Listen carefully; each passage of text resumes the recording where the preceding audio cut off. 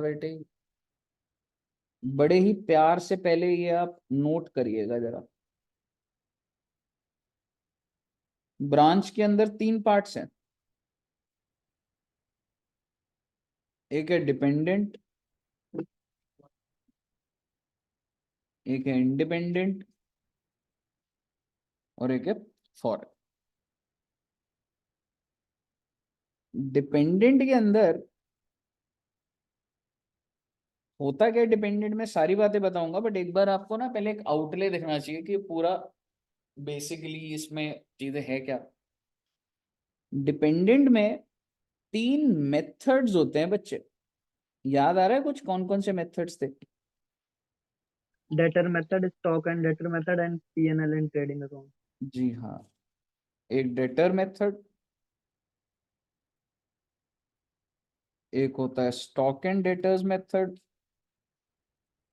और एक होता है आप कह सकते हैं फाइनल अकाउंट मेथड। ये तीनों के तीनों मेथड्स, अगर मैं आपको बोलूं कि इसकी इंटेंशन क्या है सर, हम ये क्यों बना रहे हैं, हम लोग बेसिकली इन तीनों मेथड से क्या निकालते हैं? To find out profit and loss of the branch.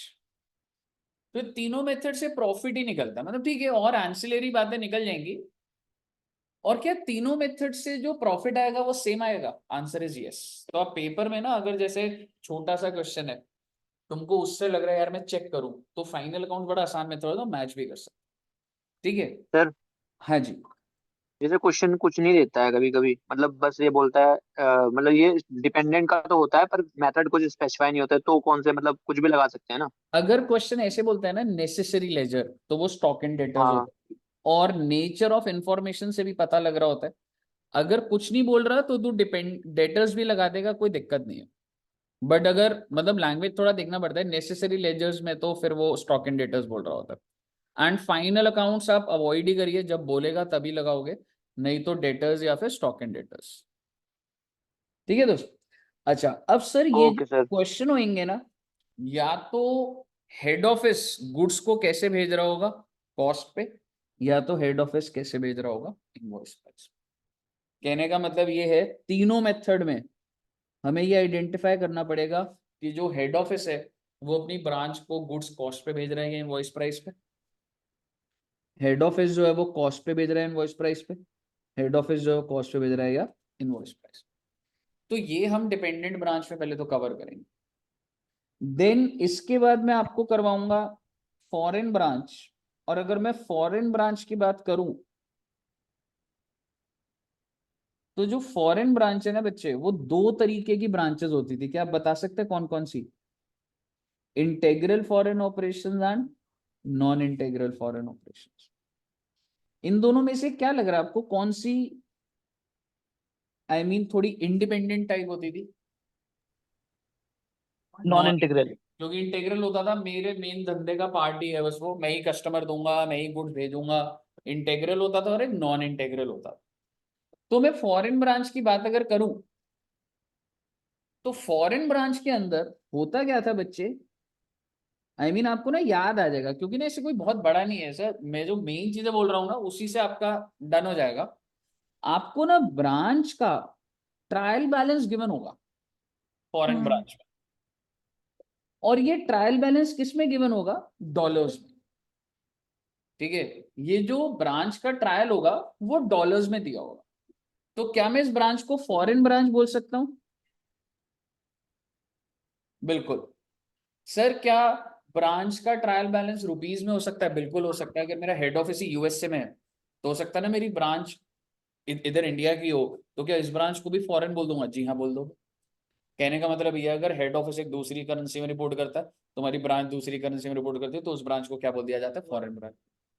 तो अभी सिंपल बात रखते हैं कि ये जो ब्रांच है, इसका ट्रायल बैलेंस किस में दिया हुआ है? डॉलर्स में। आपको इसको कन्वर्ट करना होता है, एग्जैक्टली इस ब्रांच के ट्रायल बैलेंस को आपने किस में कन्वर्ट करना होगा? और इसको कन्वर्ट करने के सिर्फ और सिर्फ 3 रूल्स होते हैं फॉरेन ब्रांच। जस्ट अभी आप 5 मिनट सुन लोगे तो आपका सारा खत्म हो जाएगा। जब आप एक ट्रायल बैलेंस को कन्वर्ट करते हैं तो बेसिकली इस ट्रायल बैलेंस के अंदर तीन चीजें होती हैं। One is monetary items. Monetary items ध्यान है, which are to be settled in cash, debtors, creditors, bill receivables, bills payable, lane then के अकाउंट। ठीक है, तो कुछ होता है मॉनिटरी आइटम्स, कुछ होता है नॉन मॉनिटरी आइटम्स, और कुछ होते हैं items of income and expenses. Monetary items होते हैं, मॉनिटरी आइटम का एग्जांपल आप ले सकते हैं जो भी लेन देन, BR, bills payable, outstanding salary, जिसके पीछे एक इंसान है और वो वेट कर रहा है कि मुझे पैसा मिलेगा या मैंने देना है। तो इसको किस रेट पे कन्वर्ट करते थे बेटा? Exactly, closing rate. Non monetary को ओपनिंग नहीं, डेट ऑफ ट्रांजैक्शन, जैसे लैंड एंड बिल्डिंग जब भी मैंने परचेज करा। और इनकम और एक्सपेंस को एवरेज पे करते। क्योंकि अगर मैं सैलरी हर महीना दे रहा हूं तो $10,000 अगर दे रहा हूं तो पूरे साल की $1,20,000, तो मैं कौन सा रेट लूंगा? मैं एवरेज ले लूंगा इनकम और एक्सपेंस, सैलरी, एक्सपेंसेस। और भी इसमें छोटी छोटी बातें थी, तो टेक्निकली मैंने आपके साथ फॉरेन ही स्टार्ट कर दिया पहले, और एक क्वेश्चन भी देख लेंगे। तो और भी इसमें क्या बातें थी, आप ये कह सकते हो ओपनिंग स्टॉक को किस पे कन्वर्ट करोगे? ओपनिंग रेट पे। ठीक है जी। क्लोजिंग स्टॉक को किस पे करोगे? क्लोजिंग रेट पे। हालांकि मैं आपको ये बोलना चाह रहा हूं, ये जो क्लोजिंग स्टॉक है ना बेटा, ये मॉनिटरी है, नॉन मॉनिटरी है, इनकम और एक्सपेंस है? नॉन मॉनिटरी होता है, लेकिन नॉन क्लोजिंग रेट तभी लिखवा रहा हूं। ठीक है ना। सपोज करो एक फिक्स्ड एसेट है, वो तुमने 10/8/18 को परचेज करा। तो बेसिकली मैं डॉलर का रेट कौन से दिन का लूंगा? Date of dated. Transaction, that is 10/8/18। लेकिन इस फिक्स्ड एसेट के ऊपर जो डेप्रिसिएशन है, अब तुम बोलोगे सर डेप्रिसिएशन क्या होता है? वो तो आइटम ऑफ इनकम और एक्सपेंस है, तो मुझे रेट, हाँ, तुम्हें तो एवरेज देना चाहिए, लेकिन ऐसा नहीं होता था। हमने बात करी थी, अगर फिक्स्ड एसेट का जो रेट चल रहा है तो वही रेट आपका डेप्रिसिएशन का चलेगा, यानी कि डेप्रिसिएशन भी डेट ऑफ ट्रांजैक्शन 10/8/18 का हो जाए। ये बातें करी हुई थी ना, ध्यान आ रही है कुछ कुछ बातें? अगर मैं अपने फिक्स्ड एसेट को रीवैल्यू कर लूं या क्लोजिंग स्टॉक को, यानी कोई भी एसेट को रीवैल्यू करूं, रीवैल्यूएशन ऑफ फिक्स्ड एसेट या स्टॉक, सर डेट तो बताओ रिवैल्यूएशन की, 31 मार्च 2019। आप मुझे बताइए अब मैं फिक्स्ड एसेट को कैसे कन्वर्ट करूंगा, कौन से रेट पे? रिवैल्यूएशन, अगर मैंने रिवैल्यू कर दिया ना, तो जिस भी दिन का रिवैल्यूएशन है वो वाला रेट पकड़। तो मैं फिक्स्ड एसेट का डेट क्या ले लूंगा? 31 मार्च 2019। स्टॉक का रेट क्या ले लूंगा? 31 मार्च 2019। और आपको इतनी समझ होनी चाहिए, अगर फिक्स्ड एसेट 31 मार्च 2019 हो गया तो डेप्रिसिएशन भी 31 मार्च 2019 हो जाएगा। इससे ऊपर कोई बात नहीं है, समझ रहे हो? सिर्फ अप्लाई करने वाली बात रह जाती है, इससे ऊपर कोई मॉड्यूलेशन नहीं आ सकती। स्टॉक मतलब अगर तू अपने स्टॉक को भी रिवैल्यू कर रहा है, हालांकि स्टॉक अगर मैं बोलूं क्लोजिंग स्टॉक है तो वैसे ही 31/3 है, पर अगर आप स्टॉक को भी कर रहे हो तो वही आ गया। क्लियर है जी? तो ये मैंने आपके सर साथ, हाँ जी। सर जैसे जो स्टॉक है वो क्लोजिंग का भी है और उस पे क्लोजिंग रेट भी होगा, तो जो रिवैल्यू रेट है वो लेंगे या फिर क्लोजिंग? अगर तू टेक्निकली अगर तेरा रिवैल्यूएशन कब कर रहा है तू, रिवैल्यूएशन डेट तो होगी, एंड एंड एंड पे, ईयर तो एंड फिर पे। तो टेक्निकली तो सवाल ही खत्म हो गया ना, दोनों रेट ही सेम है। अच्छा हाँ ठीक है। समझ गया? अच्छा, अब आप एक चीज समझिएगा कि जब आप कुछ ना एक्सचेंज डिफरेंस आएगा आपकी जिंदगी में, क्योंकि जब तुम सोच के देखो डॉलर का ट्रायल को जब तुम रुपीज में कर रहे हो तो तुम मल्टीप्लाई कर रहे हो, और कभी किसी डेबिट को तुम मल्टीप्लाई करोगे एवरेज से, किसी को क्लोजिंग से करोगे, किसी तो डिफरेंस आएगा। तो आप मुझे बताइए वो डिफरेंस किधर चला जाएगा? Exactly, it will be charge to P. और अगर इनकम होगी तो इनकम दिखा दूंगा पीएनएल का, नुकसान होगा तो नुकसान दिखा। ये मैंने आपके साथ सारी बातें किस चीज की कर ली बच्चे? इंटेग्रल फॉरेन के अंदर, integral foreign operation.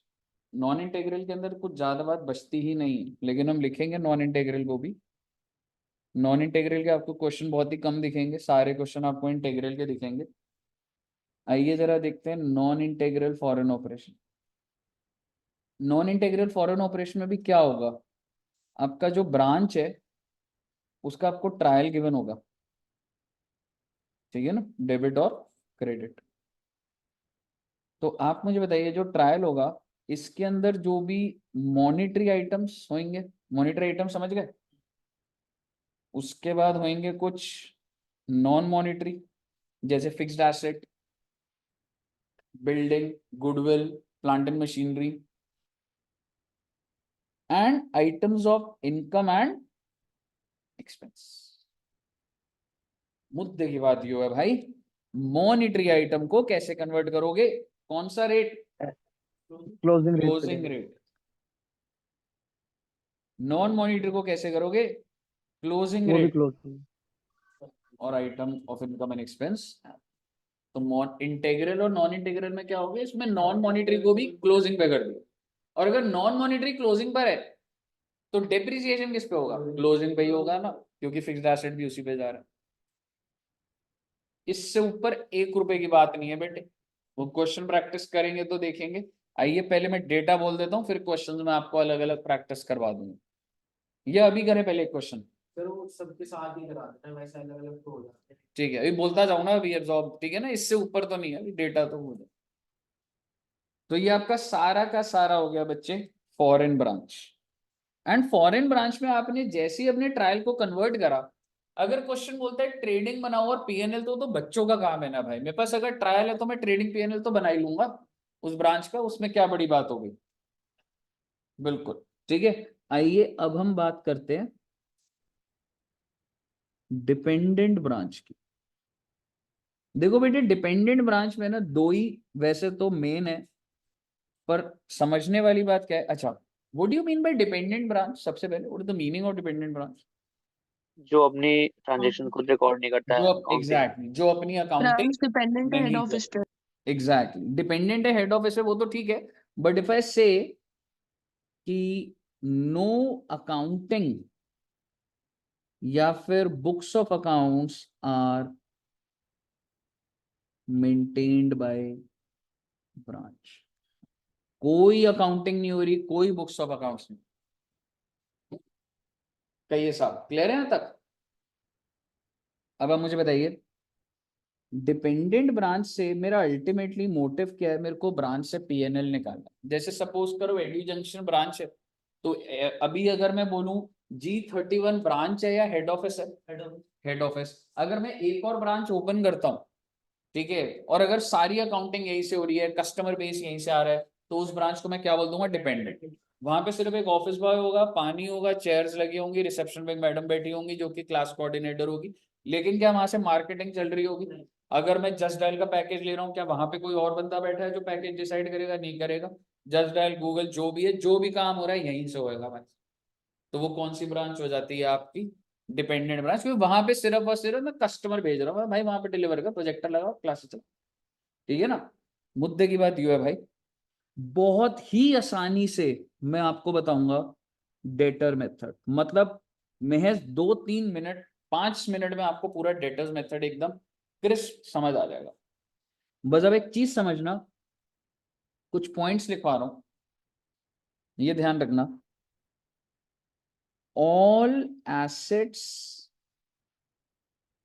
Of branch. Sir ये क्या बात हुई, आप तो कह रहे थे कि ब्रांच अपने अकाउंट से नहीं बना रहा। बेटे एक बात बताओगा, मेरी एक ब्रांच है करोल बाग में, क्या वहां पे एसी नहीं लगा होगा, भेजा मैंने, एसी लगा होगा, फैन लगा होगा, प्रोजेक्टर लगा होगा, तो मैं उस ब्रांच को ना अपना डेटर बोलूंगा कि मैंने तेरे को सब भेजा है, ठीक है। तो मैं ये बोल रहा हूं assets of the branch are shown on debit side of branch account. हम एक अकाउंट बनाएंगे ब्रांच अकाउंट, और आप मुझे बता सकते हैं कौन बना रहा होगा, it will be maintained by head office। और इसका नेचर पता है क्या होगा, जस्ट लाइक डेटर्स, नाम ही यही है डेटर मेथड। मैं उस ब्रांच को डेटर बना रहा हूं, और अगर मैं तुम्हें सीधी गणित बोलूं ना, एक बात बताओ, मैं तुम्हें 1 लाख रुपए दे रहा हूँ शेयर मार्केट में लगाने को, मैंने तुम्हें कितने से डेटर बना दिया? 1 लाख से। तुमको डेबिट कर दूंगा, ब्रांच डेबिट टू कैश कर दूंगा। 1 साल बाद देखा कि वो 1.5 लाख रुपए का स्टॉक मार्केट में वैल्यू हो गई। तुमको डेटर कितने से बना दूंगा? 1.5 के। तो तुम कितने से एसेट बढ़ गए? 50 से। भाई मेरा प्रॉफिट। अगर मैं छोटी सी एक लॉजिक दूं कि मैंने तुम्हें 1 लाख दिया, तुमने 1 लाख का 1.5 लाख बना दिया। मैंने पहले तुम्हें 1 लाख का डेटर बनाया था, अब तुम मेरी बुक्स में 1.5 के बन रहे हो। भाई 50 का गेन ही तो है, एसेट ही तो बढ़ गया मेरा। ठीक है, तो बेसिकली सबसे पहले समझिए, all assets are shown on the debit side of branch and rather all assets को मेरे को लिख देना चाहिए ओपनिंग बैलेंस। ओपनिंग बैलेंस, ठीक है जी। और आप ये कह सकते हो सर इसी में ही अगर मैं यहीं पे ये डाल दूं तो सर जो क्लोजिंग बैलेंस होगा,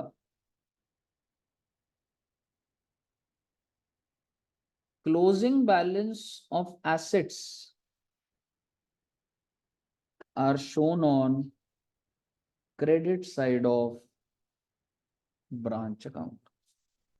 बेटे ओपनिंग एक डेटर जैसा मेथड है बेटा, इसको भी लिखना मत। अब ये समझना कि मैं ऐसे बनाने वाला हूं तुम्हारे साथ। ये ब्रांच अकाउंट है ना, ये मेरा एकदम डेटर है भाई। ठीक है, मैं यहाँ पे अगर मान लो ये कौन सा साल है 19-20, तो टू बैलेंस ब्रॉट डाउन 1/4/19। भाई तेरे पास जो जो पड़ा है ना ब्रांच के पास, मैं इसको डेटर बना रहा हूँ। मैं इसे बोल रहा हूँ तेरे पास पड़ा है स्टॉक, तेरे पास पड़ी है प्लांट एंड मशीनरी, तेरे पास पड़ा है फर्नीचर, तेरे पास पड़ा है कैश। ऐसे जितने भी एसेट होंगे यहाँ लिख दूंगा और कैरी डाउन में क्या कर दूंगा, जब साल खत्म हुआ तो तेरे पास क्या पड़ा हुआ, 31 मार्च 20 को तेरे पास पड़ा है स्टॉक, तेरे पास पड़ा है प्लांट एंड मशीनरी, तेरे पास पड़ा है फर्नीचर, तेरे पास पड़ा है कैश। ज्यादा दिमाग क्यों लगा रहे हो? सपोज करो मैंने इसको 1 लाख कैश दिया था, मैंने कहा आज के बाद मिलियो मत, साल भर बाद पूछूंगा तो बस कितना कैश पड़ा हुआ, जो धंधा करना है कर ले, मेरे को कोई नहीं जाननी तेरी कोई भी बात। ना मैं गुड्स भेज रहा ना कुछ कर रहा, मैं 1 लाख पकड़ाया। जब मैंने साल भर बाद देखा उसने कहा कैश कितना पड़ा? 10 लाख। ओ माय गॉड, मेरे को बताइए मेरे को प्रॉफिट कितने का होगा? 9 लाख रुपए का। समझो, तो ये थोड़ा सा हाइब्रिड चल रहा होगा। ठीक है, तो आपको सबसे पहला पॉइंट समझना है कि मेरे को सारे के सारे एसेट्स डालने, ओपनिंग और क्लोजिंग। और अगर इस ब्रांच की कोई लायबिलिटी होगी ना बेटा तो वो यहाँ आ जाएगी। अगर ब्रॉड डाउन इधर आ रहा है तो लायबिलिटी तो उधर ही जाएगी ना, ओपनिंग अगर होगा तो। कहिए, पहले बात क्लियर है बच्चे? तो फर्स्ट पॉइंट हो गया आपका।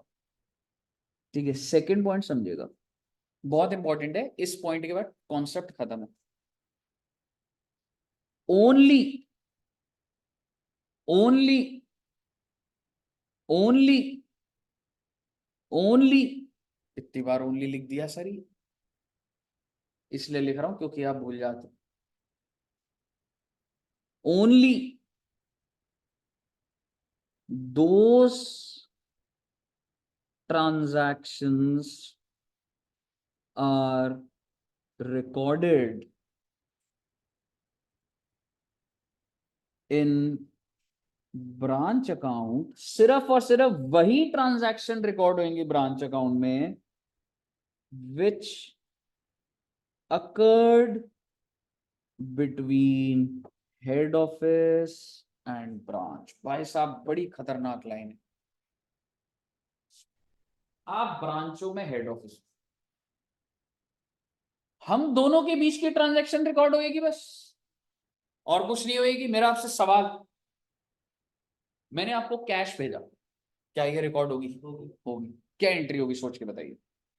हेड ऑफिस ही डाल रहा है ना एंट्री, तो ब्रांच टू कैश। आपसे मैंने कैश वापस मंगवा लिया, cash to branch. Cash to branch. ये कहा आपने, मैंने आपको गुड्स भेजे, branch to goods and to branch. आपसे वापस ले लिया तो goods and to branch to branch. आपने कस्टमर को भेज दिए गुड्स, कोई एंट्री नहीं हो, कोई एंट्री नहीं होने वाली, because that is between you and the customer. लेकिन आप सोच के देखिए, क्या तुम्हारे डेटर्स अपने आप बढ़ नहीं जाएंगे? तो मैं उसको रिकॉर्ड नहीं कर रहा। एक बात सोचो, पहली बार एग्जैक्टली तुम्हारे डेटर्स थे 0, ठीक है, मैंने तुमको ना गुड्स भेजे पहले, ठीक है, सिंपल सा एक ही ट्रांजैक्शन पकड़ते हैं, कैश वैश छोड़ो एक बार, ठीक है, कैश हटा दिया मैंने, कैश जीरो, डेटर्स मान लो, डेटर्स भी जीरो, ठीक है ना, नई ब्रांच है, कोई कैश नहीं, कोई डेटर नहीं, मैं कह रहा हूं कोई ब्रांच के अंदर कोई एसेट लगा हुआ है, चलो एसेट ले लो एक, ठीक है, कि मान लो मैंने 1 लाख रुपए का एसी वेसी लगा रखा है दुकान,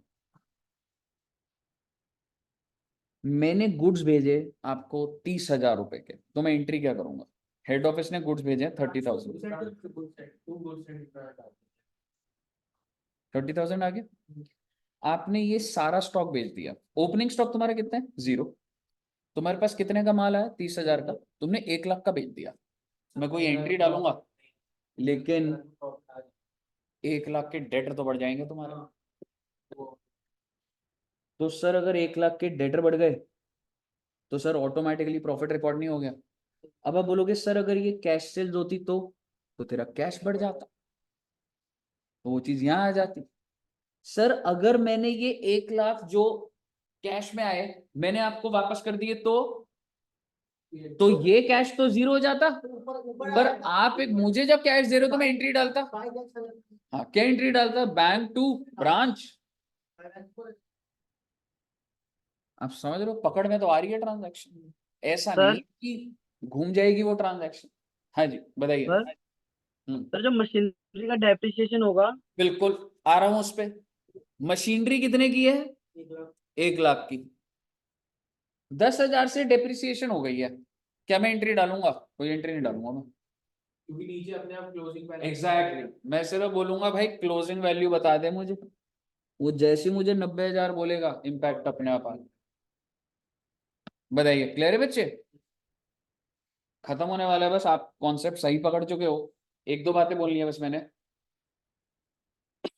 ब्रांच का कोई खर्चा था, उधर पानी का खर्चा या कुछ था, ब्रांच ने खुद ही पे कर दिया, वो नहीं है जैसे ब्रांच का कोई खर्चा है, जैसे उधर ब्रांच था कोई कई जगह वाईफाई का खर्चा, उधर 1,000 रुपए हर महीने खर्चा आता है, मैंने हेड ऑफिस में बोला, मैंने भाई मेरे को मत बताइए खर्चा, खुद ही कर दियो तो उससे पेमेंट, कैश में एग्जैक्टली, क्या वो पहली बात, क्या ये हेड ऑफिस और ब्रांच के बीच की ट्रांजैक्शन नहीं है, रिकॉर्ड नहीं होगी, पर सर इम्पैक्ट कैसे आएगा, इम्पैक्ट यो आएगा भाई, अगर 1,000 रुपए कैश पड़ा था तो अब तो कैश जीरो हो गया ना, खर्चा डेबिट हो गया ना अपने आप समझ रहे हो ना कि एंट्री अपने आप पकड़ में आ रही है, अगर ब्रांच का खर्चा हेड ऑफिस पे करता है, ब्रांच का खर्चा है, पेमेंट किसने करी है, हेड ऑफिस ने, अब क्या करो, ब्रांच को डेटर बना दूंगा, तुम्हारे लिए पेमेंट करी ना मैंने, branch account debit to cash, अब ये कह सकते हैं this is expense, branch expense paid by head office, कह सकता हूं ना, तो बेटे खर्चा तो रिकॉर्ड हो गया ना, ब्रांच एक्सपेंस पेड बाय, मेरा आपसे सवाल, बैड डेट्स आएंगे नहीं आएंगे, बस खत्म हो गया कौन सा, बैड डेट आएगा क्या, डेटर ऑटोमेटिकली कम हो जाएगा, खर्चा अपने आप रिकॉर्ड हो जाएगा, डिस्काउंट टू कस्टमर्स अपने आप आ जाएगा डेटर के अंदर, ठीक है, डेटर ने पैसा दिया तो फिर कैश बढ़ जाएगा वो, और वो रेमिटेंस देगा तो अपने आप को दिख रहा होगा, ठीक है ना, तो आप मुझे बताइए क्लियर है बच्चे आपको, यही करने का है सर बेटे, हाँ जी, सर अगर ब्रांच मतलब जो हेड ऑफिस के डेटर है वो ब्रांच रिसीव कर रहा है तो कलेक्शन उससे। क्या कोई एंट्री डलेगी, कोई एंट्री नहीं डलेगी, because this is between debtor and branch, मैंने आपको क्या लिखवाया, मुझे सिर्फ और सिर्फ वही ट्रांजैक्शन की जर्नल एंट्री के बारे में सोचना है जो कि हेड ऑफिस और ब्रांच के बीच में, ओके। कहिए साहब क्लियर है, भाई साहब डेटर मेथड में ना एक क्वेश्चन में अटक सकता है अगर आप इसको सही से इंप्लीमेंट कर दो, अब मैं आपकी बात यहीं पे सारी की सारी खत्म करूंगा एक और बात लेके, मैंने आपके साथ ये जो डेटर मेथड है ये कौन से उसका फॉलो करा है मैंने अभी, कॉस्ट टू कॉस्ट जा रहा था, सपोज करो अगर मैं इसको जो स्टॉक भेज रहा हूं इसके पास जो ओपनिंग स्टॉक है अगर वो इनवॉइस प्राइस पे, इनवॉइस प्राइस समझते हो बेटे, 100 रुपए की चीज 120 पे भेजी हुई है, उसी तरीके से ये जो कहाँ का इंपैक्ट आएगा पहले आप समझना, जो मैंने गुड्स सेंड करे हैं वो भी किस पे कर दिए, इनवॉइस प्राइस। फिर जो मेरा क्लोजिंग स्टॉक है वो किस पर है, इनवॉइस प्राइस। आप समझ गए ना सर? ऐसा करने से क्या होगा सर? बेटे कुछ भी नहीं करना, आपको कंसाइनमेंट वाला लॉजिक लगाना। जितना फालतू है उसको opposite में। अच्छा, जितना अपोजिट साइड लोडिंग डाल देंगे। जितना यहाँ पे फालतू है वो लोडिंग इसको यहाँ पर आप लिख दोगे। लोडिंग है, स्टॉक रिजर्व, ओपनिंग है ना, तो स्टॉक रिजर्व ही लिख दिया मैंने। स्टॉक रिजर्व का क्या लॉजिक होता है सारी बात कर लेंगे। लोडिंग लिख दो, कोई परेशानी वाली बात नहीं। यहाँ पे जो भी एक्सेस है, एक्सेस बोले तो इनवॉइस प्राइस माइनस कॉस्ट। फिर आपने ये इनवॉइस प्राइस है तो यहाँ पर भी आपने क्या कर दिया, goods send to branch reverse करके मतलब लिख दोगे, और यहाँ पे लोडिंग लिख दोगे। ड्यूरिंग द ईयर वाले पे लोडिंग लिखा जाता है, और जब स्टॉक की बात होती है तो स्टॉक रिजर्व बात होती है। तो यहाँ पर भी आप क्या कर देंगे, invoice price minus cost. Similarly जो स्टॉक है यहाँ पर क्या आ जाएगा बेटा, स्टॉक रिजर्व, और ये भी वही है, इनवॉइस प्राइस माइनस। इससे ज्यादा कोई बात नहीं है। कहिए साहब, डेटर्स मेथड क्लियर है?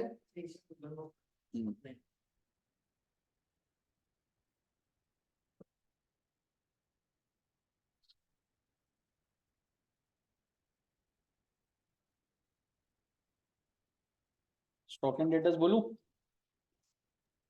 Yes sir.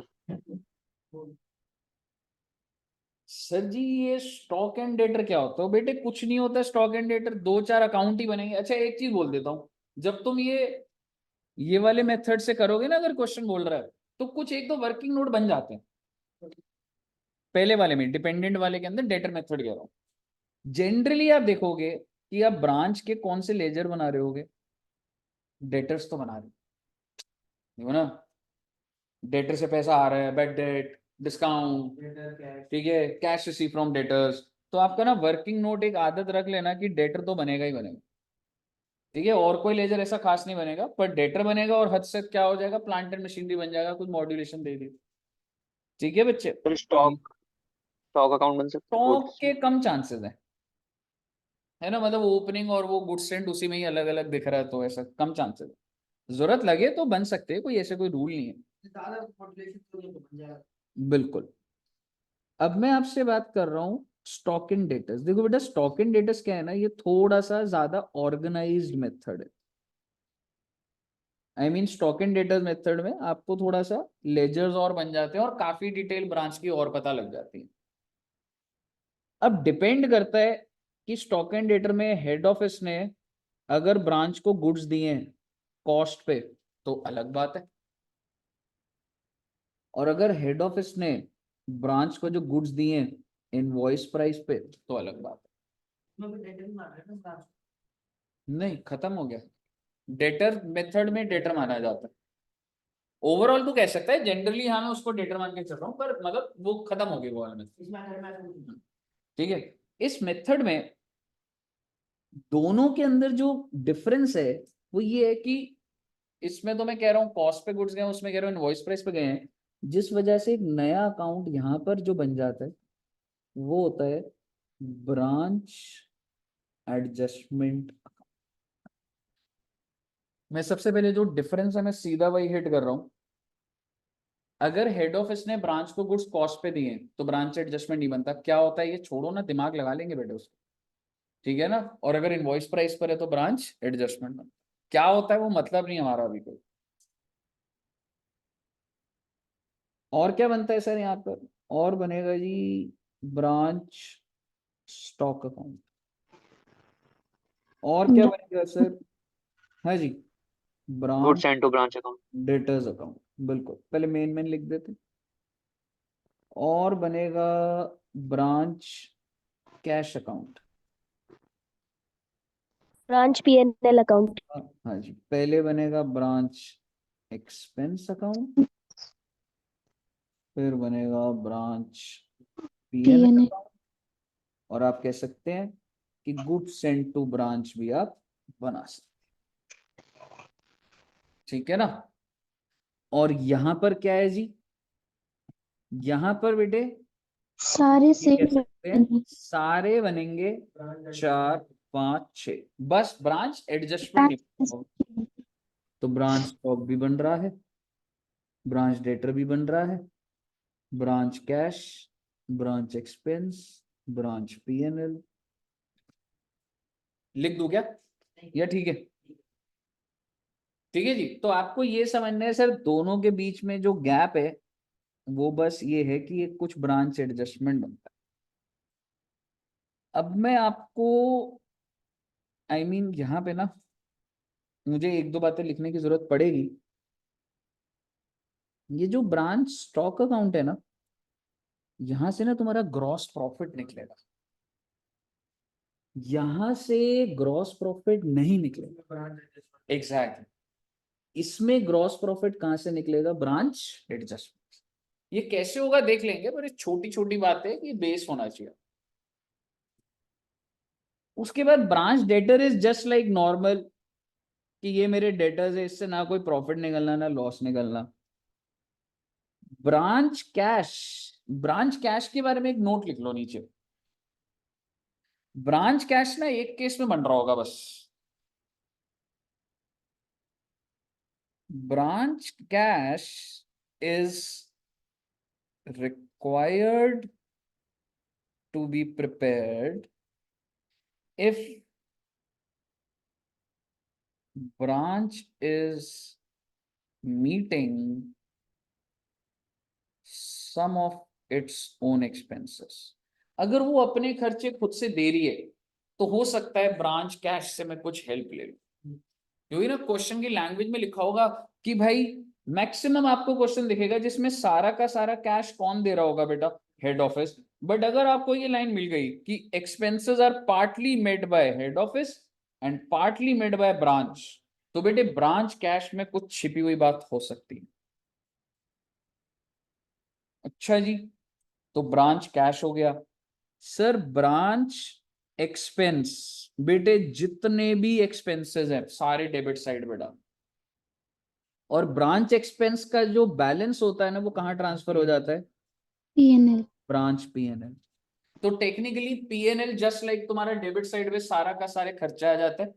और सर ब्रांच पीएनएल में एक बैलेंस और जाता है, जो ग्रॉस प्रॉफिट निकला है स्टॉक से वो भी यही हो जाएगा। तो बेसिकली तुम्हारा ग्रॉस प्रॉफिट और दूसरी तरफ मैं खर्चे दिखा दूंगा, तो आपका सारा का आपका नेट प्रॉफिट आ जाएगा। आप ये कह सकते हैं कि ब्रांच पीएनएल से क्या निकल रहा है? Net profit. यहां पर भी आप कह सकते हैं नेट प्रॉफिट निकल रहा है। Branch sir branch expense account से क्या निकल रहा है? उसमें तू सिर्फ लिस्ट लिख रहा है कि ये मेरे खर्चे हैं और उसको ट्रांसफर कर देगा branch PNL.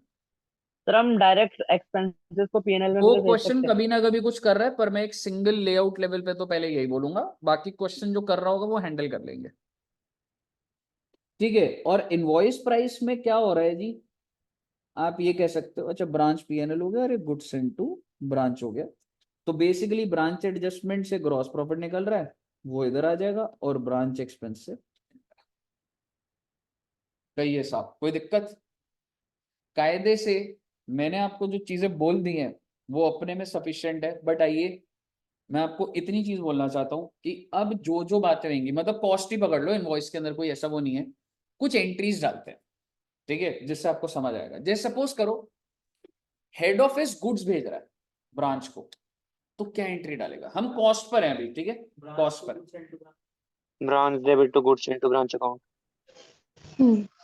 Branch stock account है, ब्रांच का स्टॉक बढ़ रहा है। मैं ब्रांच अकाउंट नहीं खोल रहा कहीं भी, यहाँ पे कहीं भी ब्रांच अकाउंट है तो मैं क्या एंट्री डाल रहा हूँ? आप इसके नीचे लिख लीजिए, वो एंट्रीज हेल्प करेंगे आपको। फर्स्ट पॉइंट, और ऐसे बना लेते हैं, मतलब ऐसे इतना लंबा क्या वो करना है, ऐसे पॉइंट कि हेड ऑफिस ने ब्रांच को गुड्स इनटू ब्रांच करा 100 रुपए का, तो हेड ऑफिस क्या एंट्री डाल रहा है? Branch stock account debit to goods into 100। ठीक है साहब। हेड ऑफिस ब्रांच को 100 रुपए कैश भेज रहा, branch cash account debit to head office. Branch cash debit good to head office cash. Head office क्यों? कैश। अच्छा हेड ऑफिस अपनी बुक्स में अपना ही अकाउंट थोड़ा ना बोलेगा। आप ओके। समझ रहे हो, ये डेटर्स मेथड से थोड़ा सा ऑर्गेनाइज लग रहा है। मतलब इसमें मैं ब्रांच की ना एक एक आइटम को वो कर दिया मैंने कि भाई तेरे ये सारी चीजें, समझ रहे हो। अच्छा जी, हेड ऑफिस ब्रांच का आई मीन एक एक्सपेंस है 500 का, and it is paid by head office. Good, branch expense debit to to cash. Cash. To cash होगा भाई। तू ब्रांच कैश मत कर देना, समझ रहे हो। ब्रांच कैश का मतलब जो ब्रांच कैश पड़ा होगा ना डलेगी, अभी बता दूंगा। ₹1000 expense of branch paid by branch। ओहो, अब बोलो नहीं होगी।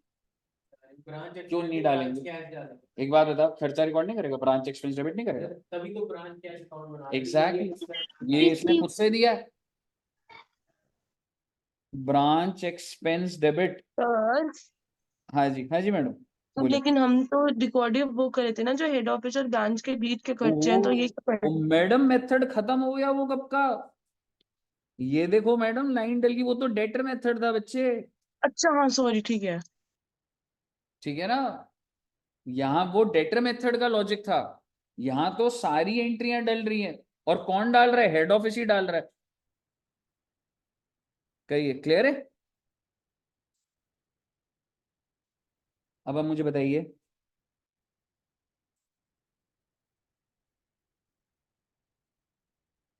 Cash sales by branch.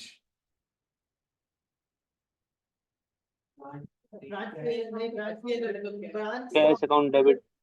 Branch cash account debit.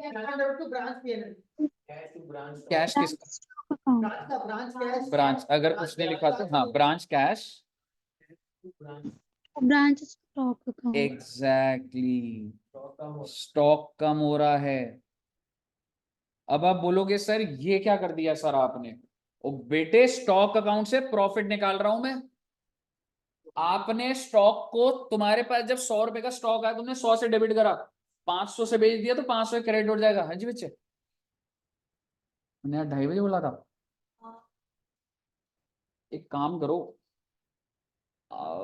15-20 minute दो बस, ठीक है बच्चे, ठीक है।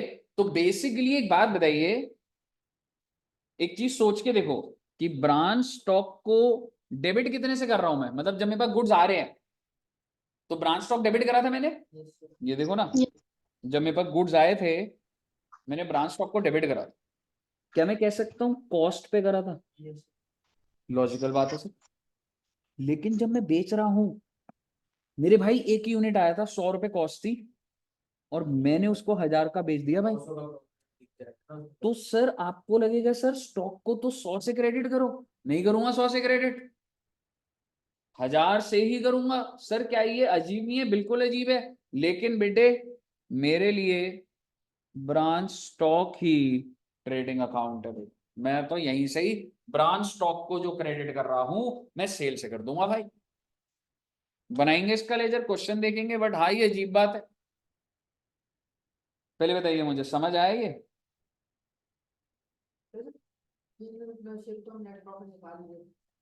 नेट निकाल रहे थे, इसमें ग्रॉस निकाल रहे थे, सेल्स तो जनरल पीएनएल में जाता है। इधर देख ले, तू रुक जाए एक बार। ये देख, ब्रांच स्टॉक कैसे बनाऊंगा।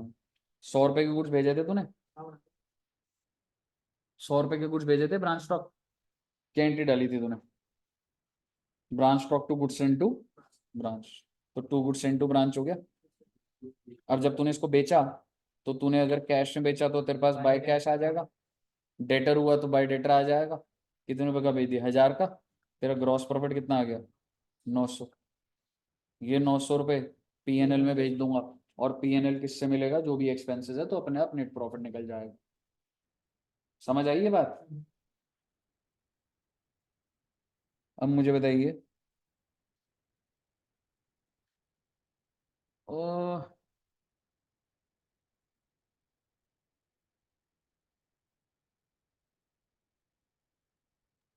बैड डेट्स,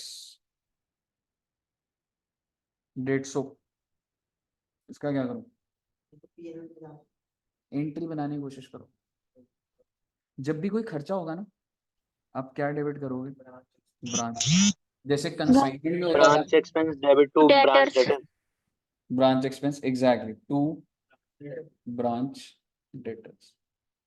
चाहे ये बैड डेट होता, अच्छा वैसे तो अभी तो, या आप ये कह सकते हो चाहे ये डिस्काउंट होता,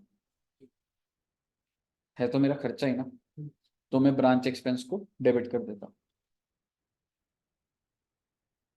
salary of ₹500 paid by branch, Branch expense to cash. Exactly. Branch expense to branch फिर कैश। समझे ना, Expense branch to branch expense क्या है? Debit, exactly, to branch. Branches. Clear है बच्चे? और क्या हो सकता है? Purchase of goods by branch from outside, Branch stock. Exactly, branch stock debit हो जाएगा, To cash. To branch cash. Cash होगा, यानी कि टू ब्रांच कैश। अगर ब्रांच का पैसा गया तो to branch cash, head office ने दिया तो टू कैश। आई मीन मैं इसकी बाइफरकेशन बना देता हूँ ताकि वो दिमाग में बैठ जाए। ब्रांच कैश भी हो सकता है, मान लो 2000 तो ब्रांच के पास पड़ा था, ब्रांच ने दी थी 2000, कुछ पैसा हेड ऑफिस ने बोला चलो मैं दे देता हूँ, तो टू कैश हो गया। और अगर कुछ पैसा उधारी पर है तो बेटे ब्रांच क्रेडिटर्स बन जाएगा एक और, जो कि किसी क्वेश्चन बना नहीं होगा, पर आपको ये समझ आनी चाहिए बात।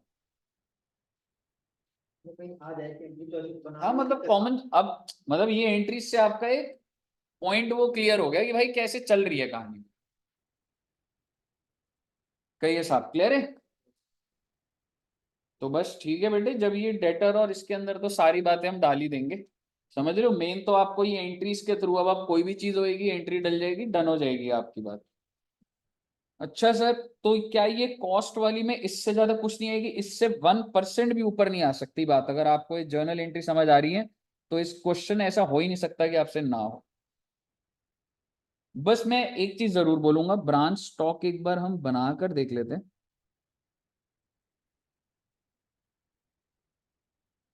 तो जो मेरे पास ब्रॉड डाउन होगा, सपोज करो 1000 यूनिट 10 रुपए के हिसाब से पड़े हुए हैं, ओपनिंग बैलेंस दिया हुआ है ब्रांच स्टॉक, जितना भी भेजा गया गुड्स सेंट टू ब्रांच, मान लो बच्चे 5000 यूनिट भेजे गए 10 रुपए के हिसाब से, कितने रुपए से डेबिट हो गया?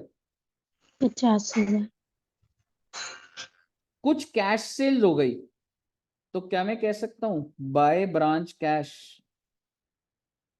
4000 यूनिट बिक गए जी 20 रुपए के। भाई साहब सेल पे दिखा रहा हूं, बहुत ही अजीब बात होती है, क्योंकि जनरली हमारा जो ब्रांच का स्टॉक होता है वो कॉस्ट पे बनता है, तो अगर जो चीज कॉस्ट पे आई है वो कॉस्ट पे तो बाहर जानी चाहिए थी, पर मैं नहीं कर रहा, मैं तो सेल प्राइस पे कर रहा हूँ, क्योंकि मुझे exactly because it is just like trading account. तो आप मुझे बताइए 8000 आ जाएगा। अब आप मुझे बताइए आपके पास कितने यूनिट रह गए? बीजीज वालों को फोन था सैलरी का नाम तो बीजीज बोल दो तो तो ब्रांच एक्सपेंस में जा रहा हूँ, समझ जाएगा। स्टॉक चलो स्टॉक की बात चल रही है। अगर ये कॉस्ट कैरेट पे डाउन रिकॉर्ड कितने होती यूनिट आ गया? है। हाँ, 2000 80,000 इंटू, नहीं होना चाहिए? हाँ जी, हाँ हाँ 80,000, ठीक है ना? और फिर मुझे बताइए कैरेट डाउन में कॉस्ट कितनी लूं? सर वो 10. 10 लोगे ना, समझ रहे हो ना, 10 रुपए की चीज थी ना, वो बेटे ट्रेडिंग अकाउंट में भी तो कॉस्ट पे ही दिखाते हो। अब बताइए क्या आ जाएगा जी आपका profit and loss, I mean branch P&L? 40. कितने रुपए बच्चे? 40,000. तो जब तुम ब्रांच P&L बनाओगे ना, तो ये बाय ब्रांच Stock. 40,000, और डेबिट साइड पे खर्चे वो जो ब्रांच एक्सपेंस से सारे ट्रांसफर हो रहे होंगे ना, वो आ जाएंगे, तो उससे आपका नेट प्रॉफिट आ जाएगा, समझ रहे हो? सर, हाँ जी। सर आपने बोला कि ब्रांच स्टॉक अकाउंट कॉस्ट पे बनता है, तो हाँ जी। आपने सेल प्राइस पे डाला ब्रांच कैश से जो सेल करी, तो फिर कोई रिजर्व वगैरह का पॉइंट नहीं आएगा? जब मैं अभी वो चला रहा हूँ, goods are sent at cost, तो कोई रिजर्व की बात ही नहीं हो सकती। नहीं, पर आपने जो बेचा हुआ रिकॉर्ड तो आपने सेल प्राइस पे तो करा। वो स्टॉक रिजर्व थोड़ा ना, मैं आउटसाइडर को बेचूंगा तो मैं स्टॉक ओवरस्टेटेड की बात थोड़ा ना करता हूँ। ओवर अच्छा स्टॉक रिजर्व ठीक है, कॉन्सेप्ट वो होता है जब हेड ऑफिस इंटरनली अपनी ब्रांचेस को इन्फ्लेटेड प्राइस पे दे रहा है। ठीक है। बताइए, क्लियर है बच्चे? सर अब मेरे को आपको सिर्फ एक अकाउंट समझाना है, ब्रांच एडजस्टमेंट, और यहाँ पे भी ब्रांच स्टॉक। तो अब मैं ना दूसरे मेथड दूसरे पर नहीं, लेकिन मैं ये कह सकता हूं कि हेड ऑफिस जो गुड्स है वो ब्रांच को 100 Invoice. रुपए की चीज Invoice 20 रुपए price. जोड़कर 120, दैट इज इनवॉइस प्राइस। अब इसमें प्रॉब्लम समझिए पहले। ब्रांच स्टॉक में प्रॉब्लम समझिए आप मुझे बताइए, मान लो मेरा ब्रॉड डाउन कुछ भी नहीं है और मुझे एक ही यूनिट मिला है गुड्स इनटू ब्रांच, कितने रुपए का बेटा? 120. 120। क्या मुझे बता सकते हैं मैं यहाँ पे कितने का रिकॉर्ड करूं? 120. और इस ब्रांच ने इसको बेच भी दिया, कितने का बेचेगा ये? क्यों? Invoice price is the price at which I am telling you to make sales. तो आप ज्यादा का पे सेलिंग प्राइस। थोड़ा करूंगा ब्रांच को, but generally if the standard the sale price is fixed by the head office, तो आप कितने का बेच दोगे इसको? 120 का ही। तो बाय ब्रांच कैश कितने रुपए डाल दोगे? कैरी डाउन आएगा कुछ? जब अगर यूनिटी एक है और एक यूनिट बिक गई, अब आप मुझे बताइए, क्या तुम ब्रांच स्टॉक से प्रॉफिट निकाल पाओगे? बिकॉज ब्रांच स्टॉक अकाउंट जो है वो डेबिट कर रहा है इनवॉइस प्राइस पे, एंड अभी भी मैं इसको सेल प्राइस ही लिख रहा हूँ, बट क्या मैं कह सकता हूँ sale price invoice price same ही तो बात आएगी जनरली। और तुम 140 बोल भी दो तो भी तुम कितने का प्रॉफिट रिकॉर्ड करोगे? आप 20 का, इन रियलिटी तो 40 का है। समझ रहे हो? तो ऐसा मत सोचना कि मैं इसको इनवॉइस प्राइस ही बोल रहा हूं। ऐसा हो सकता है कि तुम अगर इसको 130 का बेच गए तो तुमको प्रॉफिट हो जाएगा, और वो प्रॉफिट मैं किधर भेज दूंगा? ब्रांच एडजस्टमेंट में भेज दूंगा भैया। वो जो फालतू वाला है वो इससे ऊपर वाला। बिल्कुल, इनवॉइस के ऊपर वाला। ठीक है जी। मुद्दे की बात ये रहती है, सर जी आप ये बताओ, बस बेटे लास्ट पॉइंट है ये, और फिर तुम्हारा ये डिपेंडेंट वाला डन है। अब ये बताओ ब्रांच एडजस्टमेंट कैसे बने। आइए जरा ऊपर के क्वेश्चन को थोड़ा सा अच्छा कर लेते हैं। सपोज करो कि 10 यूनिट ऑलरेडी, कितना इनवॉइस प्राइस था? 120 ना, 1200 पे पड़े ही हुए थे। 5 यूनिट और भेजे गए 120 पे, कितना आएगा बताओगे? 600। ब्रांच एडजस्टमेंट को भी छोड़ो ना, मान लो सब इनवॉइस पे ही चल रहा है, इतना अभी सही है कि क्वेश्चन में सारी कॉम्प्लिकेशन डालनी सही नहीं रहती, ये कुछ नहीं है। आपके पास टोटल यूनिट कितने, इतना बता दो बस मुझे। 10 5 15 15। 15। जिसमें से आपने 10 भेज दिए और ब्रांच जो हेड ऑफिस कहता था उसी पे भेज दिया उसने 120 1200 1200 रुपये। क्या मुझे कैरेट डाउन बता सकते हैं? 5 यूनिट आ जाएगा 600 600। ये तो 10 5 हो गया, थोड़ा सा कॉम्प्लिकेट हल्का सा, तो फिर इसको वो कर लेते हैं। या ठीक है 10 5 समझ आ गया है? ठीक है ना, चलो 10 5 ही ले लो, और ये आ गया 600।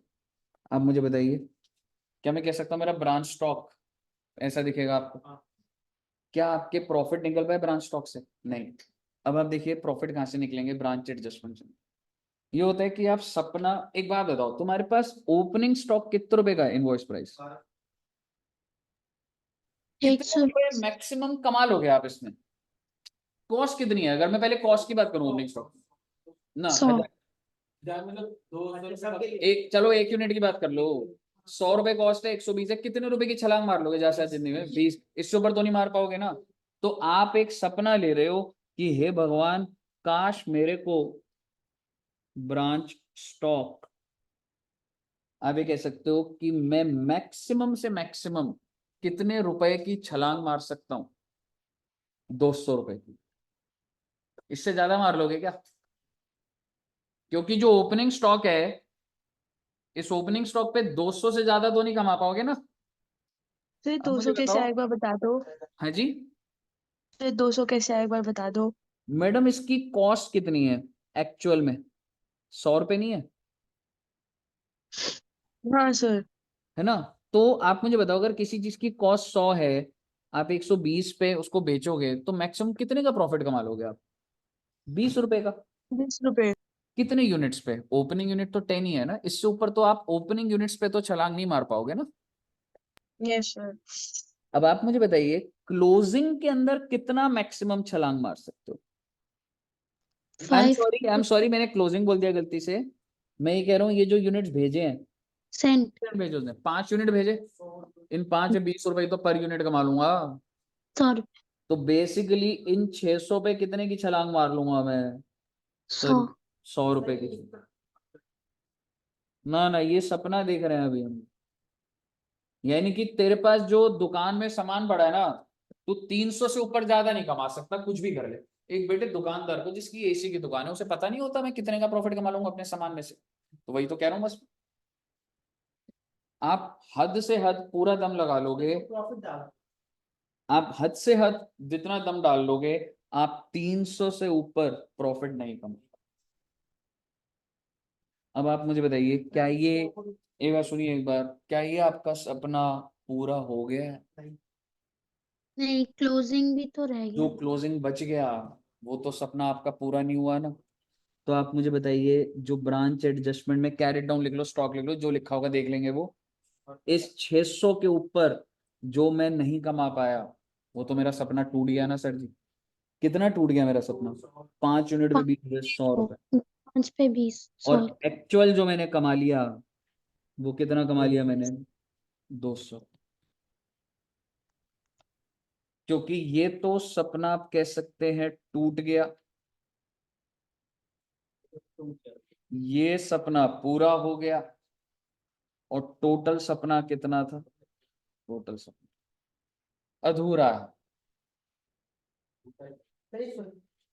इस 100 को भी अच्छे से लिखा है, जैसे ऊपर ब्रांच स्टॉक 200 लिखा हुआ गुड्स एंड टू ब्रांच डाल दे। है। टू ब्रांच स्टॉक करके डाल सकते हैं ना। हाँ हाँ, वो डाल सकते हो, वो अनऑर्गेनाइज चल रहा होगा, इसलिए मैं कुछ नहीं डाल रहा यहाँ पे, क्योंकि उसका मैं आगे सिस्टम नहीं बना सकता पर। बताइए, क्लियर है जी? सर जी, क्या डिपेंडेंट में इससे ज्यादा बात आ सकती है? आ ही नहीं सकती बेटे, एक भी बात ऐसी नहीं है जो कि कवर ना हुई है। बताइए, क्लियर है जी यहाँ तक? अब सर मेरे एक गुड्स होलसेल प्राइस होता है वो भी बता देना। हाँ जी, होलसेल प्राइस। होलसेल प्राइस में कोई चेंज नहीं है। इनवॉइस प्राइस को होलसेल प्राइस बोल दिया और उस क्वेश्चन को आप सॉल्व कर सकते, कोई चेंज नहीं है। अब उस क्वेश्चन को नॉर्मल रीड करिए, वो कहेगा 10 रुपए की चीज मैंने 15 में दे दी, that is called the wholesale price. समझ रहे हो? कोई चेंज नहीं है उस क्वेश्चन में, ठीक है? डिपेंडेंट ब्रांच में अब एक दो बातें और ऐसी कुछ नहीं है, लेकिन अब वो क्वेश्चन से होगी। अब मुझे बताओ, क्वेश्चन प्रैक्टिस करें या इंडिपेंडेंट बोलूं? क्योंकि heavy- हो जाता है, जब इंडिपेंडेंट बोल दो सर। दोनों के आते हैं ना, तो फिर वो कंफ्यूजन होता क्वेश्चन करा दो सर। करा दो काफी फिर। हेवी हो जाएगा, इंडिपेंडेंट बोल दूंगा तो ये भूल सर जाओगे। क्वेश्चन करा दो। क्वेश्चन करा दो सर। नहीं, डिपेंडेंट वाला भाई मुझे लग रहा है डिपेंडेंट के क्वेश्चन देख लेते हैं एक बार, है ना? हाँ सर, इसके क्वेश्चन में काफी लेजर बनते हैं। ठीक है ना, आइए। तो एक काम करो, पहले फॉरेन करोगे डिपेंडेंट? फॉरेन तो बच्चों वाला है वैसे। डिपेंडेंट करा दो सर। हाँ, फॉरेन डिपेंडेंट तो ओनली। बच्चों वाला है। पहले वो करवा दो, लेकिन दिखा देना। फॉरेन वाला, फॉरेन वैसे आसान है बहुत, अटकेगा नहीं उसमें।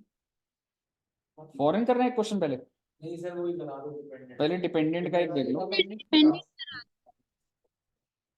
डिपेंडेंट वाला करते हैं, आ जाओ एक क्वेश्चन। वो मैं क्या करूँ, जो सबसे बड़ा वाला वो डिपेंडेंट लिख दो। नहीं, इंडिपेंडेंट। इंडिपेंडेंट, मुश्किल इंडिपेंडेंट। हाँ डिपेंडेंट। ठीक है, आइए। इलस्ट्रेशन नंबर 1 है, देखना एक बार।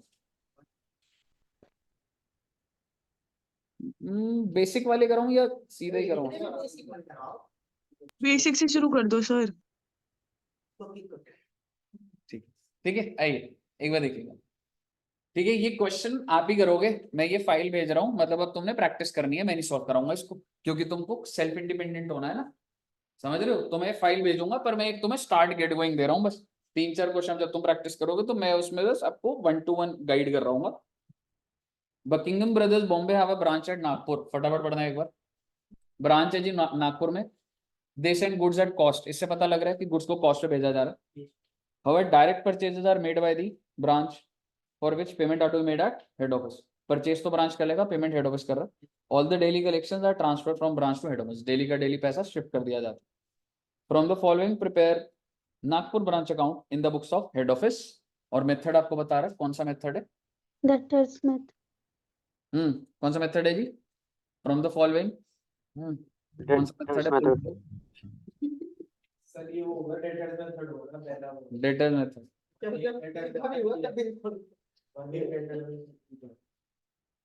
आप मुझे बताइए, ओपनिंग डेटा दे रखा है, सन्ड्री डेटा, स्टॉक, ये सारी डेटा दे रखा है, आप एनालाइज करोगे, मैं नहीं करूंगा।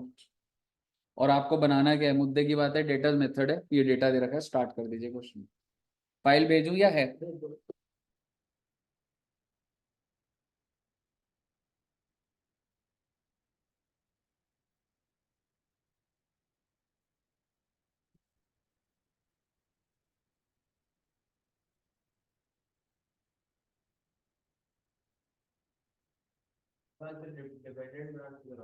नहीं, इंडिपेंडेंट करा दो। 4 बजे तक है ना? हाँ। अभी आधा घंटा प्रैक्टिस, और इंडिपेंडेंट छोटा सा है, इंडिपेंडेंट ऐसा नहीं है, मतलब जब मैं उसको देख, वो तो प्रैक्टिस करने के लिए है ना, जो उसके अंदर जो बातें हैं वो मैं बोल दूंगा, तो उसके बाद तुमको मेरे को, जैसे अभी कितना टाइम लग रहा है, जितना डिपेंडेंट में लगा उससे कम टाइम लगेगा मेरे को इंडिपेंडेंट बोलने में। वो तो क्वेश्चन को हैंडल करने के लिए वो टाइम लगेगा, पर ओवरऑल वैसे कह रहा हूँ।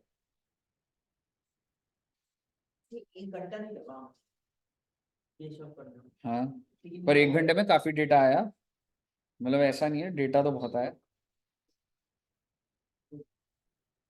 फाइल आ रही है जी आपके पास, और इंडिपेंडेंट में तो टाइम थोड़ा लगेगा, क्वेश्चन सॉल्व करने में टाइम लगेगा। वो जो बड़ा क्वेश्चन है वो सॉल्व कर दोगे, ठीक है, तो घर जाके सॉल्व करोगे, यहाँ पे करोगे, जहाँ अटकोगे मुझे बता देना, वो ताकि रिजॉल्व हो। समझ रहे? क्योंकि इसके क्वेश्चन तो आसान है, डिपेंडेंट क्वेश्चन डिपेंडेंट के, डिपेंडेंट क्वेश्चन में ऐसा कुछ है नहीं जहाँ पे पर इंडिपेंडेंट में कोई ऐसी डाउट है तो मुझे दिखा दियो, अगर वो सर देख ऐसा रहा हूँ। डाउट नहीं, लेकिन जब वो क्वेश्चन करने बैठते हैं ना तो वो कहीं ना कहीं अटक ही जाता है। हाँ, उसमें वो सॉल्यूशन देख के हो जाता है सॉल्व, लेकिन हाँ, वो पर एक वो फ्लो नहीं बन रहा होता। जैसे डिपेंडेंट को होता है। हाँ, डिपेंडेंट के अंदर एक लॉजिक कनेक्टेड है, वो इंडिपेंडेंट में हर क्वेश्चन अलग तरीके से है, पर तुम देखोगे उनका उनका फोकस ना रिकंसिलिएशन पर है मेजरली। अगर तू देखेगा हर क्वेश्चन में, तो मैं दिखाऊंगा रिकंसिलिएशन ही चल रही होगी मेजरली, उसके बाद छोटा मोटा पॉइंट चल रहा होगा, बता दूंगा। आई है फाइल, नहीं आई? एक बार बेटे ICI की करना, सेंडिंग ही दिखा रहा है मेरे इसमें। इलस्ट्रेशन नंबर 1 है, स्टार्ट कर दो रे।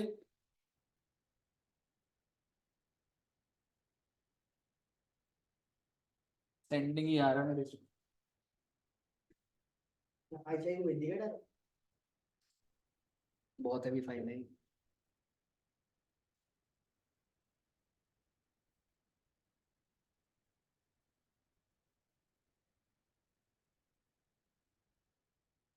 ऑनलाइन में स्टार्ट कर दी ना बच्चों ने? Yes sir. Yes, sir. Okay,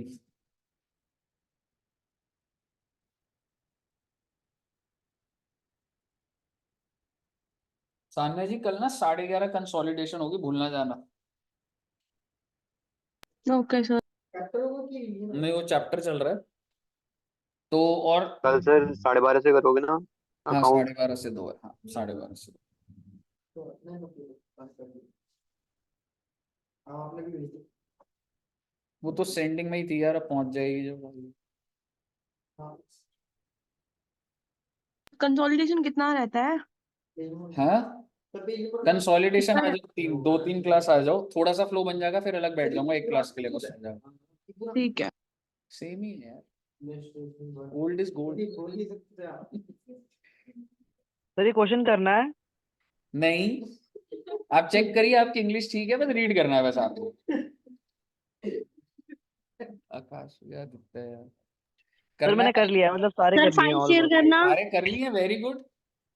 दोबारा कर ले। सारे हो गए तो फिर सर एक बार थोड़ा नीचे करने से। फाइल देखो रे, मैं अभी इधर होऊंगा नहीं, फाइल देखो एक बार, इसमें यहाँ पे छोड़ देता हूँ, 5-10 मिनट में आ रहा हूँ मैं, फाइल से करो सॉल्व। और जैसे ही ये हो जाएगा ना, असेसमेंट में नहीं आना तो 3 और मिलेगा। तो देख रहे हो, बताओ बातें देख रहे हो मेरे से। और कुछ भी बोल दे, खाने का बताओ। बोल देना कुछ और नहीं बोल। ये भाई मैं क्या करूं, आज पार्टी दे दो, जो बच्चे ने आके खिलाए। क्या गिर गया। सान्या जी तो 2 मिनट में आ जाएंगी। कितने समोसे की खुशबू घूमती है। सर क्या हो गया? नहीं, वो कह रहे हैं कि पार्टी होगी तो तुम पास में रहते हो तो तुम तो जल्दी आ सकते हो ना। इसके तो बाद उसको ना, बोलो कि काम से काम रखे। अरे इसको वही तो, इसको समझ नहीं आती जिंदगी में। आपको बोल दे जा। मेरे को नहीं है। रखिए बोल, जब हाँ। तो आपको बोल रही है, इसको तो रख बोल दिया और काम से काम रख। चलो पहले क्वेश्चन करो, मैं आ रहा हूँ मुझसे 5-10 मिनट में। मतलब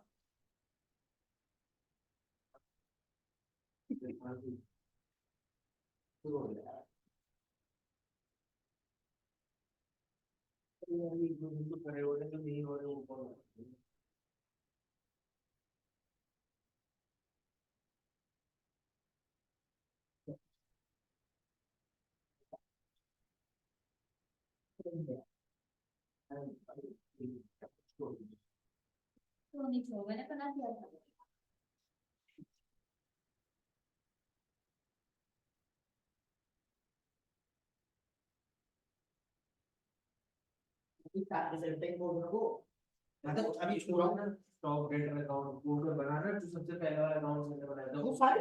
अच्छा वो तो डेटर में बनी क्लोजिंग में।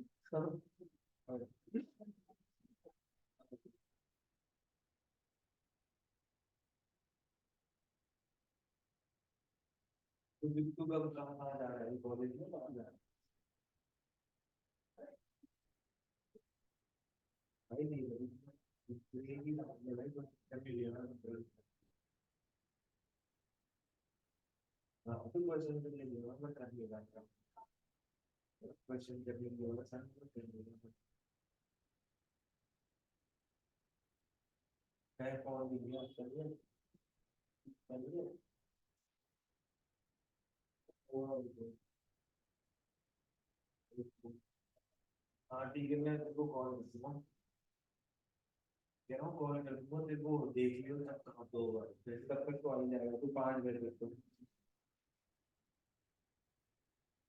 सही बात है भाई, बढ़िया है।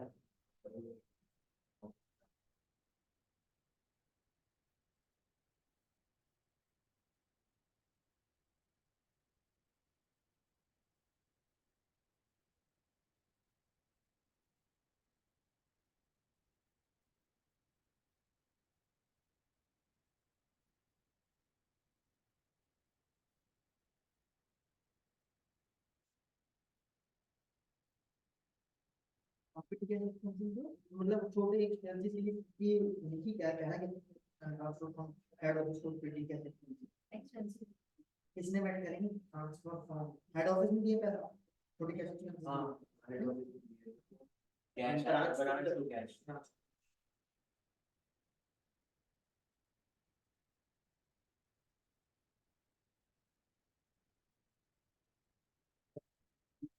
मैट्रिक की कोई एंट्री नहीं है नहीं ना, वो क्योंकि डायग्राम नहीं चलेगा। बस नीचे एक काम करना पड़ेगा, इसमें तेरे को वो बनाना पड़ेगा टाइटल का, क्लोजिंग टाइटल निकालना, क्लोजिंग टाइटल अकाउंट वहां पे काम करना पड़ेगा cash.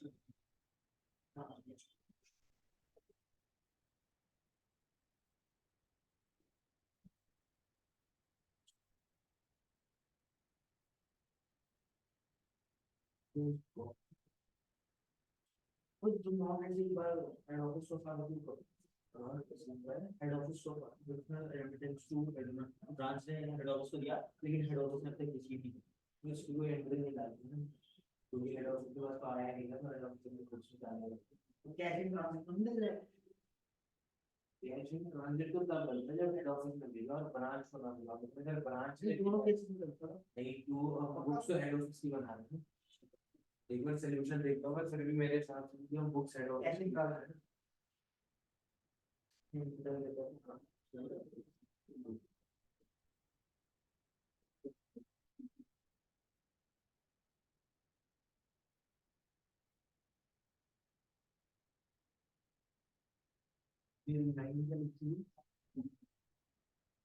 Not receive by head office remittance to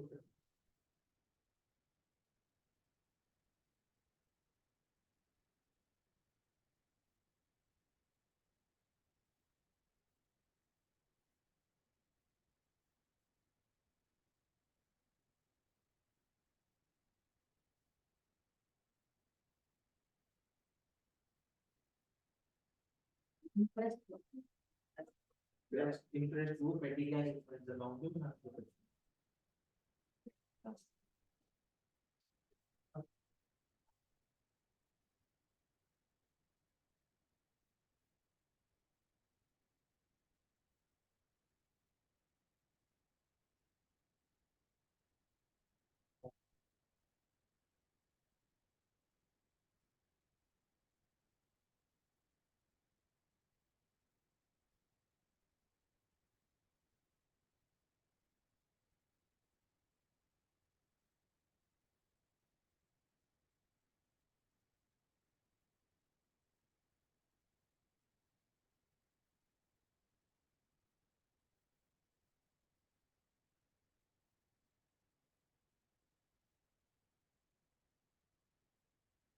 discount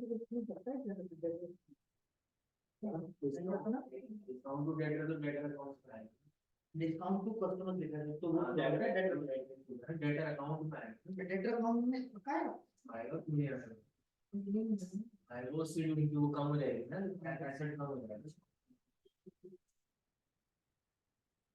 cash ही नहीं इससे कम नहीं है, सही कैश करो तो दे दो, कैश रिसीव फ्रॉम डेटर नहीं देगा, नहीं कैश ही सी करो, कौन सा क्वेश्चन दे रहा हूँ भाई बन नहीं देगा, वो कैश सेल अलग है और कैश रिसीव फ्रॉम डेटर भी दे रखा है भाई 1,25,000 तब वो निकाला हुआ है डेटर अकाउंट, लेकिन निकाला हुआ है ना, एक 25 निकाला हुआ क्योंकि 5,000 में वो भी है ना इन ट्रांजेक्ट जो अभी तक नहीं मिला है, जो तूने इन ट्रांजेक्ट नहीं डाला ऊपर 5,000 पे वो भी तो आएगा उसमें। अरे वो तो हम उसको दे रहे हैं ना, वो यार हम अपने डेटा का अमाउंट बना रहे हैं ना, हम ब्रांच के डेटा का अमाउंट बना रहे हैं, तो वो तो उससे जो पैसे नहीं आए अभी तक कैश एंड ट्रांजेक्शन तो उसके अकाउंट में डालना है, जो ब्रांच डेटर से हमें पैसे नहीं मिले, ब्रांच डेटा से जो मिले वो हमने यहाँ पे रेमिटेंस को हेड ऑफिस किया था, तो हमने भेजने हेड ऑफिस को, हेड ऑफिस के पास नहीं पहुंचे, तो हमने वही पैसे तो भेजे जो हमने डेटर से हमें रिसीव हुए, हम तो वही पैसे तो भेजेगा अलग से, और अगर पैसे थोड़ी चल वो 5 मिनट में डाल दो तो फिर एक 22 आएगा, एक दो और 5 और डलेगा तो एक 3 माइनस 8 एक 22 होगा, वो भी तो देख ऊपर बैड डेट भी तो डाल दे पड़ेगा, बैलेंस डाल दिए डाल दिए sales return from customer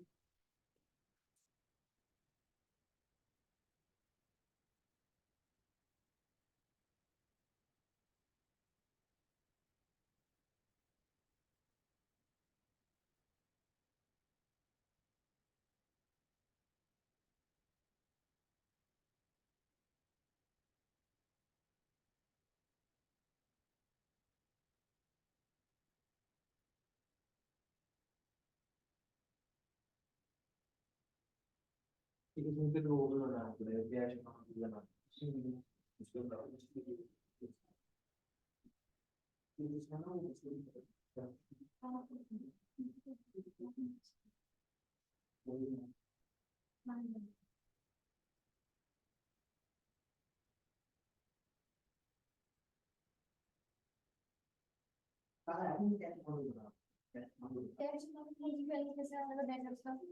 cash account ही बनाना तो सिर्फ pending cash account collection from debtors में अलग से निकाला था नीचे और इजी लगा था मुझे आप इजी पर क्या उसी देंगे इसको कलेक्शन फ्रॉम डेटर अलग से निकाला इसने टोटल रेमिटेंस 1% और 5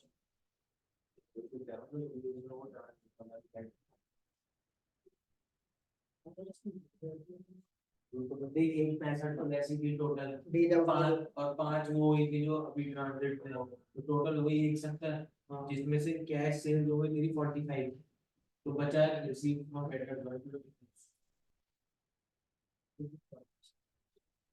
मुझे जाना चाहिए बाई के जाना चाहिए हाँ क्योंकि ये एक पैसा है फिर तो इसी बार फिर तो कैश की ब्रांच कर देगा तो यहाँ पे सिर्फ तो बाय एक पैसा डालना एक पैसा डाल एक पैसा 5 डालेगा टोटल 170 डाल टोटल 170 अब तक मैंने रेमिट कर दिया इसमें से 45,000 इससे रिलेटेड है कैश सेल से रिलेटेड हाँ तो रिसीव फ्रॉम डेटर 125 आ रहा है ना अच्छा हाँ ठीक है और फिर उससे जो डेटर्स का वो निकालने का क्लोजिंग बैलेंस निकालने का तो तेरे यहाँ पे आ गया वो लोग रिसीव कर लेगा तो 170 ये हो गया कैश फाइनेंस कर दिया 125 तो ये 125 हमारा डेटर वाला जितना डेटर से मिलना था हाँ वो आ गया मतलब उससे वो फाइंड आउट कर लिया तो इसमें आ जाएगा बाय कैश ने बाय कैश सो इतना इतना 1,25,000 से रिसीव कर लिया तो अब जो बैलेंस बचा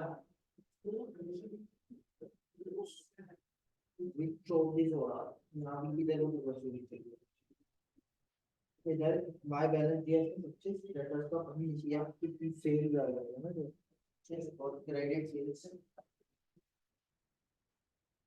क्रेडिट से तो दी हुई है 1,20,000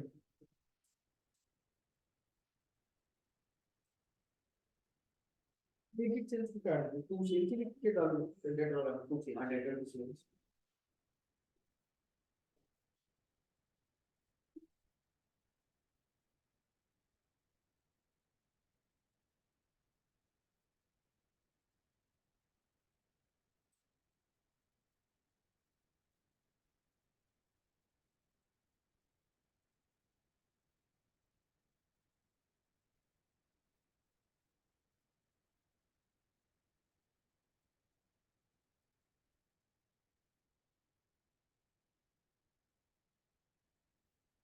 हमें टोटल रेमिटेंस निकाल करके कैश रेट से माइनस करा जितना कैश मतलब हमारा बचा हुआ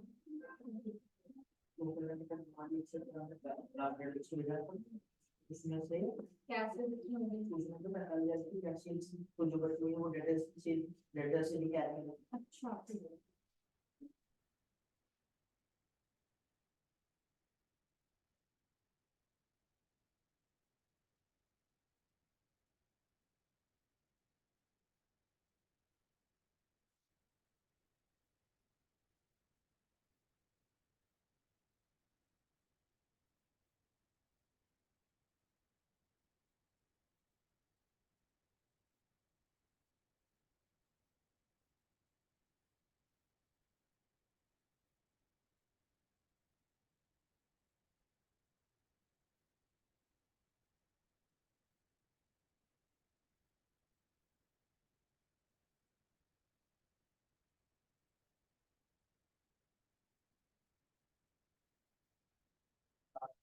पहला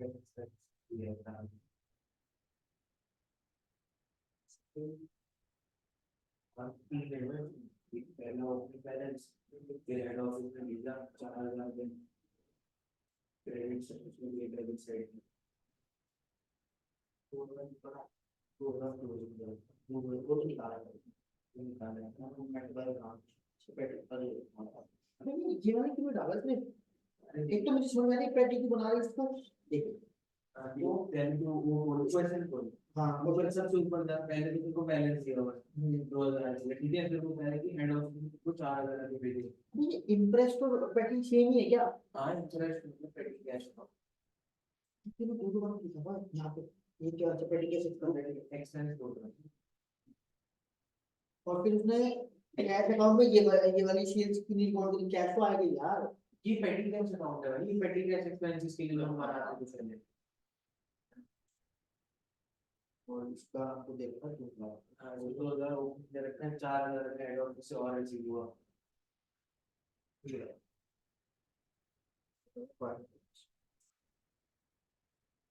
यहाँ आएगा भाई, यहाँ से रिसीव हुआ है ना, ठीक है हाँ ये ना रिसीव तो कर रहा है।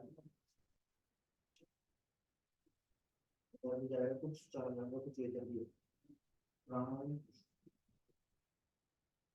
वो है ये ना ट्रांसफर एक्सपेंस है ना, नहीं यार ये रही ये पेटी कैश एक्सपेंस 4000 पे, ये वाला तो डाल दिया ना तुमने, ट्रांसफर तो तुमने उधर डाल दिया ना।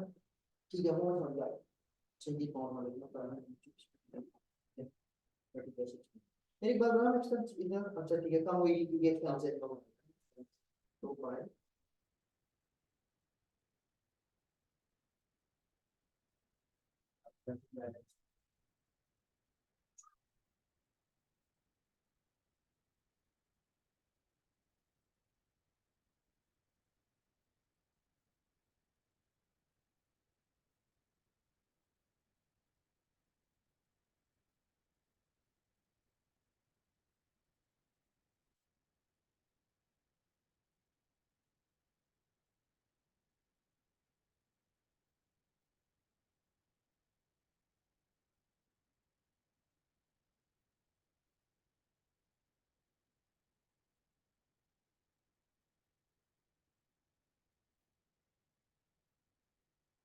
क्या करना है वहाँ पर।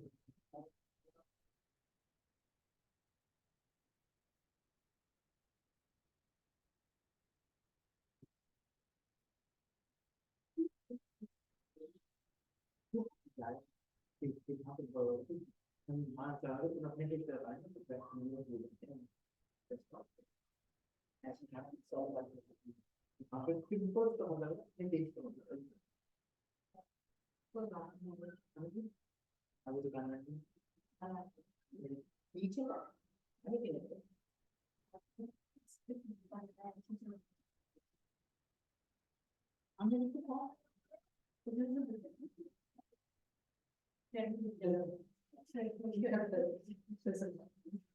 क्या क्या छोड़ दो करना आंसर क्या है इसका?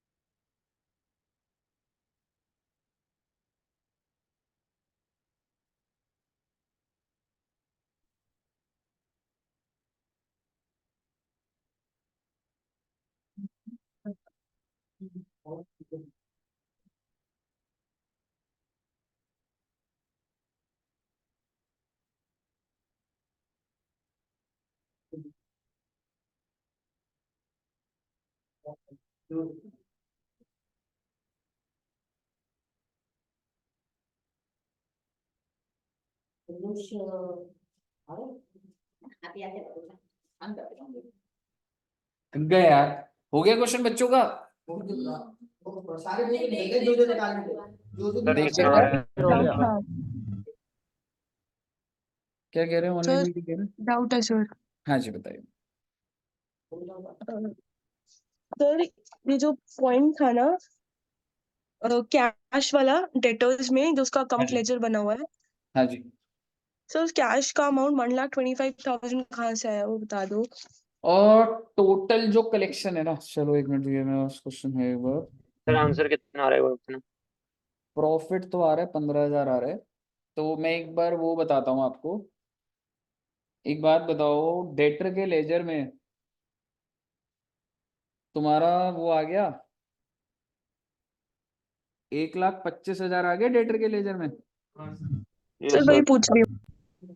बैलेंसिंग फिगर आ गई ना मैडम वो। सर बैलेंसिंग फिगर तो क्लोजिंग बैलेंस होगा ना, 24,000 है ना बैलेंसिंग फिगर तो। अच्छा अच्छा ठीक है मैडम ठीक है। चलिए अब आप मुझे ये बताइए, आपने आपकी कैश सेल्स कितनी है? 45,000। कैश सेल्स है 45। जो रेमिट करना है वो 170 है। हाँ रेमिट कर रहे हो 170, 165 तो इसमें से 45,000 अगर मैं माइनस कर दूंगा तो 125, तो ये पैसा मुझे डेटर से ही मिला होगा ना बच्चे। सर कैश वापस बोलना, सेल्स, आवाज नहीं आई। हाँ मैं कह रहा हूँ कैश सेल्स आपकी 45 है। Yes sir. How much you are remitting? Sir remittance इधर का क्या 170, मतलब बेसिकली ब्रांच जो भी पैसा आता है वो हेड ऑफिस को दे देता अच्छा। है ना। तो कितना है, अगर तुम वो रेमिटेंस देखोगी ना तो हेड ऑफिस कह रहा है कि 1,65 तो आ गया मेरे पास यस सर। और 5 रास्ते में है, तो इसका मतलब तय है कि ब्रांच ने तो 170 भेजा। Yes sir. 170 में से 45 तो कैश सेल्स है, यस सर। तो इसका मतलब ये जो 1,25 है ये ब्रांच के पास कैसे आया होगा? डेटर से रिसीव हुआ होगा। डेटर्स हैं। तो इसलिए आपका डेटर्स में देखोगे आप 1,25,000, ओके सर। ठीक है ना। हाँ जी। सर ये जो इम्प्रेस्ड कैश का लेजर दे रखा था, उसमें जो हम्म पीछे पेटी एक्सपेंसेस और ट्रांसफर फ्रॉम एच जो हम्म। है वो दोनों सेम ही है ना? हाँ वो ये है, ओपनिंग आपको क्वेश्चन में दिया हुआ है 2,000। Yes sir. उसके बाद क्वेश्चन में गिवन क्या था, ओपनिंग तो गिवन है ठीक है जी। उसके बाद क्वेश्चन में क्या गिवन था कि हेड ऑफिस ने 4,000 भेजे हैं, यस सर। तो हेड ऑफिस तो क्या एंट्री होगी, branch to cash, yes sir. जिस वजह से आपको ये 4,000 दिख भी रहा होगा। चार यस हजार सर। दिख भी रहा है ना इसमें, ठीक है। अब अगर मैं बोलूं खर्चा कितने का हुआ, क्या वो दिया हुआ है? बिल्कुल दिया हुआ है। क्वेश्चन में आप देखेंगे लास्ट में पेटी कैश एक्सपेंस 4,000 का है, तो क्लोजिंग तो 2,000 ही बचा होगा ना, तो ये कैश का लेजर बन गया बस। और जिस चीज की हमने एंट्री डालनी है वो तो सिर्फ उसी का ही जाएगा। Okay sir sir. एक बार ब्रांच अकाउंट दिखाना ऊपर। आंसर में स्टॉक बताना पसंद करोगे? वो तो दिया ही हुआ है 15 + 10, वो सिर्फ ये है कि इतना हेड ऑफिस से और इतना उससे। ऐड से क्यों था? हाँ हाँ वो उसमें वो दे तो रखा है स्टॉक डायरेक्ट परचेज और ट्रांसफर फ्रॉम हेड ऑफिस दिया तो है अलग अलग 15 और हाँ जी हो गया।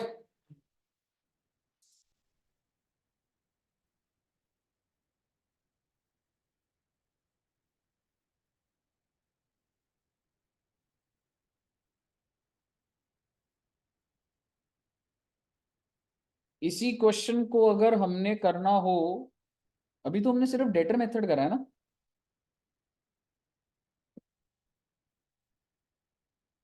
तो डेटर मेथड से हुआ है तो एक स्टॉक ये इसी क्वेश्चन को फाइनल अकाउंट से भी देख लो भाई एक बार।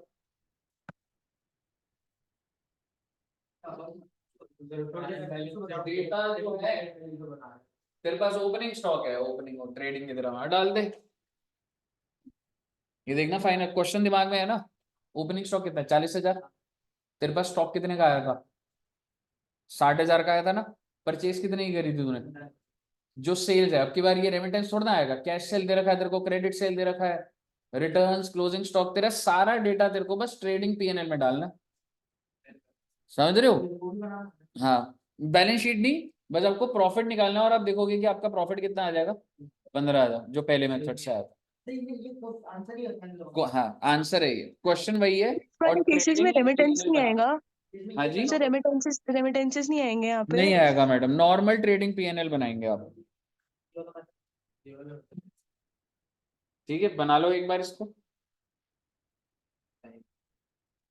मैंने डायरेक्ट बुक में छाप दिया। तो मुझे लग रहा था क्या है, वो प्रिपेयर भी हो गया था। आएगा पॉइंट तो आएगा। ट्रेडिंग पीएनएल बन जाएगा। Yes sir. आओगे स्टॉक इन ट्रेडर वाला करते हैं। 14 सर ये अगला क्वेश्चन जो है, ओहो इसमें तो तीनों है, ये वाला कर सकते हैं बेटे, फोकस से करना। अगला क्वेश्चन जो है ना, आइए देखिए अगले क्वेश्चन में आपने क्या करना है, आपको डेटर से भी करना होगा। ये देखो क्वेश्चन क्या क्या है, prepare branch account as per debtors, then उसके बाद branch stock, branch PNL, branch debtor, branch expense by adopting stock in debtor, और तीसरा कौन सा मेथड हो गया, ब्रांच ट्रेडिंग एंड। अब आप मेरे को बताइए, क्वेश्चन एक बार रीड कराता हूँ मैं स्टार्टिंग से, और फिर आप बनाना स्टार्ट करना। पहले कौन सा बनाओगे, डेटर बनाओगे? चलो कर लेंगे इसको। नो सर, अब तो कर लिया था। ठीक है कोई बात नहीं, देख लेना एक बार, इसको स्टार्ट करेंगे बस सारे बच्चे। इनवॉइस गुड्स एट कॉस्ट, ये बड़ी इंपॉर्टेंट लाइन होती है। अब मुझे बताइए, गुड्स को कॉस्ट पे भेजा जा रहा है या उससे ज्यादा पे भेजा जा रहा है? कॉस्ट पे ही भेजा जा रहा है। Head office paid all the branch expense from its bank account except petty cash which were made by the branch. All the cash collected by branch were banked on the to the credit of head office. The following is the summary. बेटे अगर speed में बोलना हो debtor method में, क्या ये opening side नहीं चला जाएगा, क्या क्लोजिंग साइड नहीं चला जाएगा, ये ब्रांच डेटर ब्रांच अकाउंट के डेबिट साइड में नहीं जाएगा? ये देखो ये वाला क्या लिखा है, एक बार आप बता दो किधर जाएगा, है ना? क्या एंट्री जाएगी, branch account to goods and to return वाला काउंटर दूसरी तरफ चला जाएगा। कैश सेल क्रेडिट सेल कहीं जाएगा? नहीं जाएगा, लेकिन डेटर का लेजर बनेगा, वो रेमिटेंस निकलेगी। अलाउंस टू कस्टमर कहीं जाएगा? नहीं जाएगा, क्योंकि डेटर में जाएगा। ये जाएगा? नहीं जाएगा। बैड डेट नहीं जाएगा। गुड्स रिटर्न बाय कस्टमर नहीं जाएगा, लेकिन ये सारे डेटर अकाउंट में जाएंगे। ये भी नहीं जाएगा, कैश सेल भी नहीं जाएगा। सैलरी एंड वेजेस जाएगा? नहीं जाएगा? तो बताइए अलाउंस टू कस्टमर क्या होता है? अलाउंस का मतलब डिस्काउंट ही होता है। अगर हेड ऑफिस से पे किया गया होगा तो जाएगा। तो ये खर्चा तो हेड ऑफिस ने पे करा ना, तो क्या एंट्री डालेगा, ब्रांच टू कैश। ऐसी अगली की भी क्या डालेगा, रेंट की, branch to cash. Salary expense भी ब्रांच टू कैश।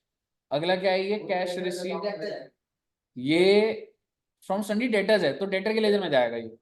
और आपको बैलेंस दे रखे, आप मुझे बताइए क्या डेटर मेथड से हो नहीं जाएगा? मुद्दे की बात ये है कि भाई साहब स्टॉक और ये वाले बना दो। बिल्कुल एडजस्टमेंट नहीं बनानी, branch stock, branch debtor, branch PNL, ये सारे बनाने। हाँ जी बोलिए। सर मैं डायरेक्ट पीएनएल बना दूं? डायरेक्ट पीएनएल क्यों? मतलब एक्सपेंसेस की जगह सीधा पीएनएल से। नहीं यार, बना ही दे यार ब्रांच एक्सपेंस। मतलब ऐसे इस क्वेश्चन ने बोला है ना वैसे ब्रांचेस बनाने को, वो बोला है तो बनाना होता है। बना दो बेटे बना दो। वैसे तो घर जाके आज और प्रैक्टिस। अच्छा मेरे को टेस्ट की भी बात करनी है तुम्हारी। तुम्हारा टेस्ट क्या पैटर्न पे डिसाइड हुआ है?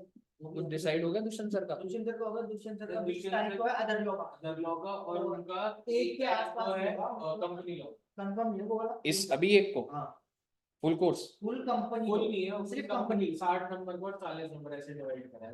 अब कैसे रखूं मैं, मतलब क्या कहते हो? आप रखो, देख लो। मतलब मैं ये चाहता हूँ कि तुम्हारे ऊपर मतलब अभी डेटा आए, मतलब पढ़ने को हो तुम्हारे पास 10-10 घंटा चीजें, मतलब ऐसे नहीं कि धीरे धीरे पढ़ रहे हो। तो मेरे हिसाब से तो ऐसा बनाना कि 10-10 घंटे सिर्फ अकाउंट ही ना पढ़ने में लग जाए। तो तुम मुझे तभी मैं कह रहा हूँ कि तुम्हारे हिसाब से जो दुष्यंत सर का टेस्ट है उसमें कितने घंटे एवरेज आ? सर देखो अभी तो जो अदर लॉ का है ना, वो सर ने अभी अभी करा, तो वो अब हम पहली बारी करेंगे। रोज एक घंटे पढ़ने तब भी क्या पागल अदर लो वाला है यार 20 को सर है, 2 घंटे जाते हैं दुष्यंत सर। 13 है यार, 1 अबे घंटा। एफएम तो अभी हुआ रिसेंटली, बहुत रिसेंटली, बल्कि अभी तो एफएम हुआ भी नहीं पूरा एफएम। और ऊपर से जीजे इंफलेशन में कुछ है नहीं, मुझे आवर्स बताओ, मैं उस हिसाब से ही प्लान कर पाऊंगा। 20 के बाद जैसे आप हमारा जो कंपनी लॉ है ना, उसका सर ऑलरेडी पहले टेस्ट ले चुके हैं, मतलब उसके कुछ चैप्टर वाइज ले चुके हैं, तो वो हमें ज्यादा टाइम लगेगा नहीं, अगर वो हम रोज 1 आध घंटा भी पढ़ेंगे तो हो जाएगा। अभी नए चैप्टर, तो अगर आप 20 के बाद से अपने टेस्ट वगैरह शुरू कर दो, 1 हफ्ता ही है अभी 20 में, तो अगर आप 22 से या 24 जब से भी आप शुरू तुम टेक्निकली लॉ को एवरेज कितने घंटे पढ़ रहे हो? मेरे को ग्रुप 2 के से मेरे को भी कोई मतलब नहीं है। सर 2 घंटा सर जब टेस्ट होता है तो 5-6 घंटे भी हाँ, तो देने चले पड़ते हैं। जाते एवरेज ले लो, मतलब एवरेज आउट कर दो उसको, 2-2.5 घंटा। 4 घंटे कर लो ना। टेस्ट होता है तो पढ़ना पड़ता है सर। सिर्फ टेस्ट होता है तब। हाँ, हाँ, 3 test घंटा होता है। एवरेज ले लेता हूँ, हाँ, 3 घंटा सही है। इसका मतलब अगर आप 10 घंटे एवरेज, 10 घंटे तो कम से कम पढ़ोगे ना। और ये भी देखो तो वो भी देखो ना कि दूसरे सब्जेक्ट भी है। पहले ग्रुप 1 की प्रेफरेंस है भाई साहब। मतलब अगर मैं तुम्हें बोलूं चलो ठीक है, टोटल आवर्स में तुम्हें सिंपल सा लॉजिक देता हूँ, टोटल आवर्स कितने लगाऊं तुम्हारे में? 12 घंटे। जो बच्चा पढ़ने दोनों ग्रुप दे रहा है, हाँ बिल्कुल, जब दोनों दे रहे हो तो 12 ही पढ़ोगे। जिसके अंदर से ग्रुप 1 पे 7 घंटे जाते हैं और ग्रुप 2 पे 5 जाते हैं, भाई जिसका कोर्स ज्यादा उसका वो है। लेट्स जिसमें से लॉ 2 घंटा, तो अकाउंट्स और टैक्स तो 5 घंटा पढ़ोगे ना। गलत बोल रहा हूँ? लॉजिकल बात है जी, आपको एलोकेट करना आना चाहिए। और जिनका तो सिर्फ ग्रुप 1 है, तुम्हारे 10 घंटे है, 10 में से 3 घंटा अकाउंट उसको पढ़ो, लॉ को पढ़ो, और 7 घंटे पढ़ो टैक्स और अकाउंट्स को। वो 3 घंटे के वो सिर्फ 2। तो ऐसे ही होता है, ठीक है ना। तो basically what I see is कि तुमको 5-6 घंटे तो कम से कम, अगर मैं बोलूं अकाउंट्स और टैक्स को देना पड़ेगा। अच्छा, आइए जरा अब उसी एवरेज से 31st को क्या है? 31 को वो है 13 तारीख है बेटा, तो बहुत। संडे है सर, 31st को संडे है। अभी होली, मैं अभी ना ब्रेक पे जो जा रहा हूँ तब आपका टेस्ट रखता हूँ ना मैं। अच्छा, ताकि हमारे डाउट को क्लियर हो, क्योंकि क्वेश्चन पेपर में कुछ समझ ना आया तो वो डाउट ऐसा आता है, अभी तक नहीं आया, तो 19 भी डाउट आने, क्या डाउट क्लियर नहीं। उसको आज तक रिपीट नहीं नो स्टडी नो तो डाउट। जल्दी करो, इंडिपेंडेंट ब्रांच भी करवाना है। पहले ये वाला क्वेश्चन प्रैक्टिस कर, तू सारा मैं नहीं कराना है, प्रैक्टिस करो पहले। भाई यार। पहले मैं तुम्हारा टेस्ट रख रहा हूँ, एक बार इसको देखो एक बार। रखो सर, रखो। I think what I sir आप एक बार सोच के बता देना ना, कल हमें, कल हमारी है ना, अभी तो लॉ भी पढ़ना है सर। फिर कुछ चेंज करवाना तो फिर बता देना। नहीं, मैं तुम्हें बस बता रहा हूँ, मैं तुम्हें टैक्स का तो मैं बता रहा हूँ। नेक्स्ट सैटरडे, नेक्स्ट से नेक्स्ट 23 तारीख है ना, 23 तारीख को आप फुल जीएसटी का दे दो टेस्ट मेरे को। सर 23 सर 27 एक हफ्ते दे दो, पूरा जीएसटी पढ़ना। 13 से 10 दिन दे दिए यार। सर आज आप अकाउंट से टेस्ट के बाद से 26 कर लो सर, 26 कर लो, 26 25 ऐसे कुछ तो मतलब वो कर लो। 26 कर लो सर, 25 होली है, 26 कर लो। होली है, 26 को कौन आता है मैडम? होली के नेक्स्ट डे कोई टेस्ट होता है? तो सर क्यों नहीं आएंगे? नहीं, क्यों बोलने नहीं की बात आते है, सर? नहीं, अरे नहीं होता होली के नेक्स्ट डे, बहुत टायरिंग सर होता कर लो है। होली सर, तो 26 कर लो। एक ही दिन होती है ना सर, क्या होता है होली के अगले दिन क्या बात नहीं, होती है, पर कर दो होता ना। है। तो मैं तो वैसे भी बनानी नहीं ना। सर कौन मनाता है होली? नहीं मनाते सर। चलो ठीक है, मैं 23 को पहले अकाउंट्स का रख देता हूँ। अरे तो सर होली के अगले दिन कर दो ना, भाई, होली वाले दिन होली के कर दो ना अगले दिन सर। ऑल एक्सेप्ट एएस आपका 23 को है। सर देखो, अकाउंट्स के सारे टॉपिक, चाहे सीए का बच्चा हो चाहे सीएमए का हो, एएस छोड़ के सारे आपके वो है ब्रांच, और जो जितने भी आ रहे हैं 23 तारीख को। जो नहीं हुए। और उसके बाद ओ भाई तेरे 1-2 ही बच रहे हैं, क्यों परेशान रहता है? 30th को फुल जीएसटी है, एंड 6th को फुल डीटी। 6 अप्रैल तक आपका ये सारा का सारा आपको टेस्ट देना है। सर देखते रिवीजन हो पाती नहीं हो पाती।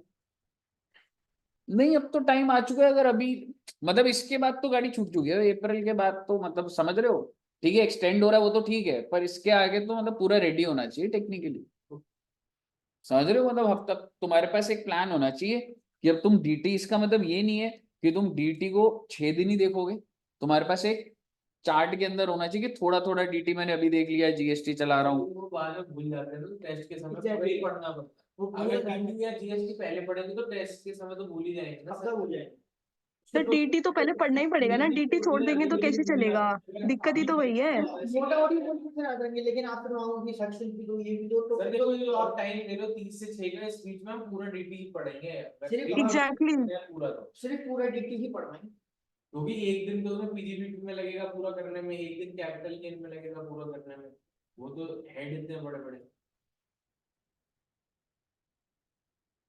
सर वो मान लो 26 कर लो वो, 20th तो 20th को तो लॉ का पेपर है हमारा। लॉ का लॉ का 20th को ही है। 20th को ही है। हाँ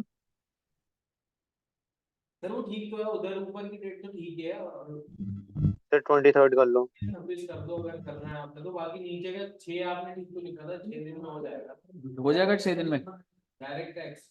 चल इसको 8 कर देते हैं बस। हाँ ये ठीक है। 28 को कर लो, थोड़ा हाँ ये टाइम मिल ठीक है। जाएगा। जीएसटी नहीं यार, हफ्ता ठीक है यार, जीएसटी भी नहीं ना सर ठीक है, जीएसटी हैवी ठीक तो है, होता है यार, 30 तारीख। चीजें तो है जीएसटी में भी,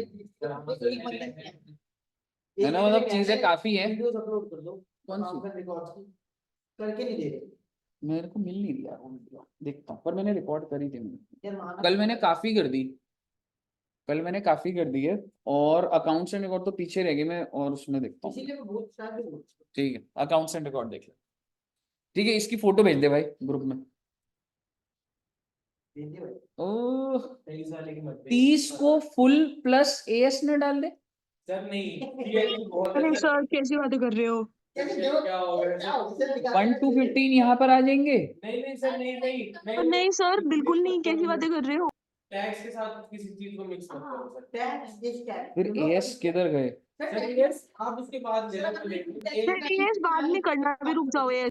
नहीं पर सर, ये 8 मिक्स मत करो यार ऐसे इग्नोर हो जाएगा यार। नहीं सर, ये मत मिक्स अरे नहीं कर रहे सर हम इग्नोर, नहीं होएगा। अरे नहीं पर सर एस ले लो। एटलीस्ट यहाँ पे 10 पहले 10 एएस तो कर लो। नहीं सर नहीं, है उसमें हैवी देखो- ये वाले अकाउंट्स। एक बात बता, इन अकाउंट्स में कौन से चैप्टर है? 4-5 चैप्टर लास्ट की मॉड्यूल ही तो है। हाँ ठीक है वो बहुत 10 बड़ा ठीक है। तो है नहीं ना, कंसोलिडेशन अपने आप में इतना बड़ा यूनिट है। अच्छा चल ठीक है, लेकिन आप ये मत करना, AS3 इसमें है और AS13 जो इन्वेस्टमेंट है हाँ वो तो वो वाले चैप्टर इसमें है यार, पर AS इग्नोर हो रहा है थोड़ा सा। सर ये इसके लिए ना पहले और तो मेरे सर- हिसाब से तुम्हारा तो ग्रुप 1 है यार, तुम लोग के पास तो ज्यादा टाइम है, तुमको तो देना चाहिए, मैं तुम्हारा अलग से रखूंगा। सर हमारे को टाइम कहाँ से आएगा सर? बीच में 6 दिन तो आपने डायरेक्ट उसके लिए दिया, 8 दिन तो उसमें तो देखो पूरा टैक्स डायरेक्ट टैक्स टैक्स के साथ कुछ भी फंसाओगे, पता है आप क्या करते हो? दोनों के टैक्स अलग बनेंगे, एक जगह बच्चा निकल जाएगा बना के दे लोग, क्या होगा? कौन देगा जैसे उस बात को? सर वो तो है, टैक्स के साथ कोई और टैक्स नहीं दिया जाएगा, चाहे कोई एक ग्रुप का आप हो या दो ग्रुप का हो। वो बच्चे छोड़ के चले जाएंगे उसको, पहले भी क्या होना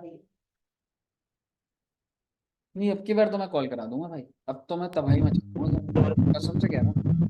साथ में रखवाओ। वो बच्चा ग्रुप में, मैं तो बता रहा हूँ, ये टेस्ट जो नहीं दे रहा वो ग्रुप में टेस्ट का अलग ग्रुप बनेगा, सिर्फ वही ज्वाइन करेंगे जो पढ़ रहे हैं, समझ रहे, और जो टेस्ट देंगे। मैं भाई ये जिम्मेवारी है तुम्हारी, हमने तुम्हें इतना पढ़ाया, तुमको घर जाके पढ़ना है। अगर तुम नहीं पढ़ोगे मैं घर पे बताऊंगा इस बार तो।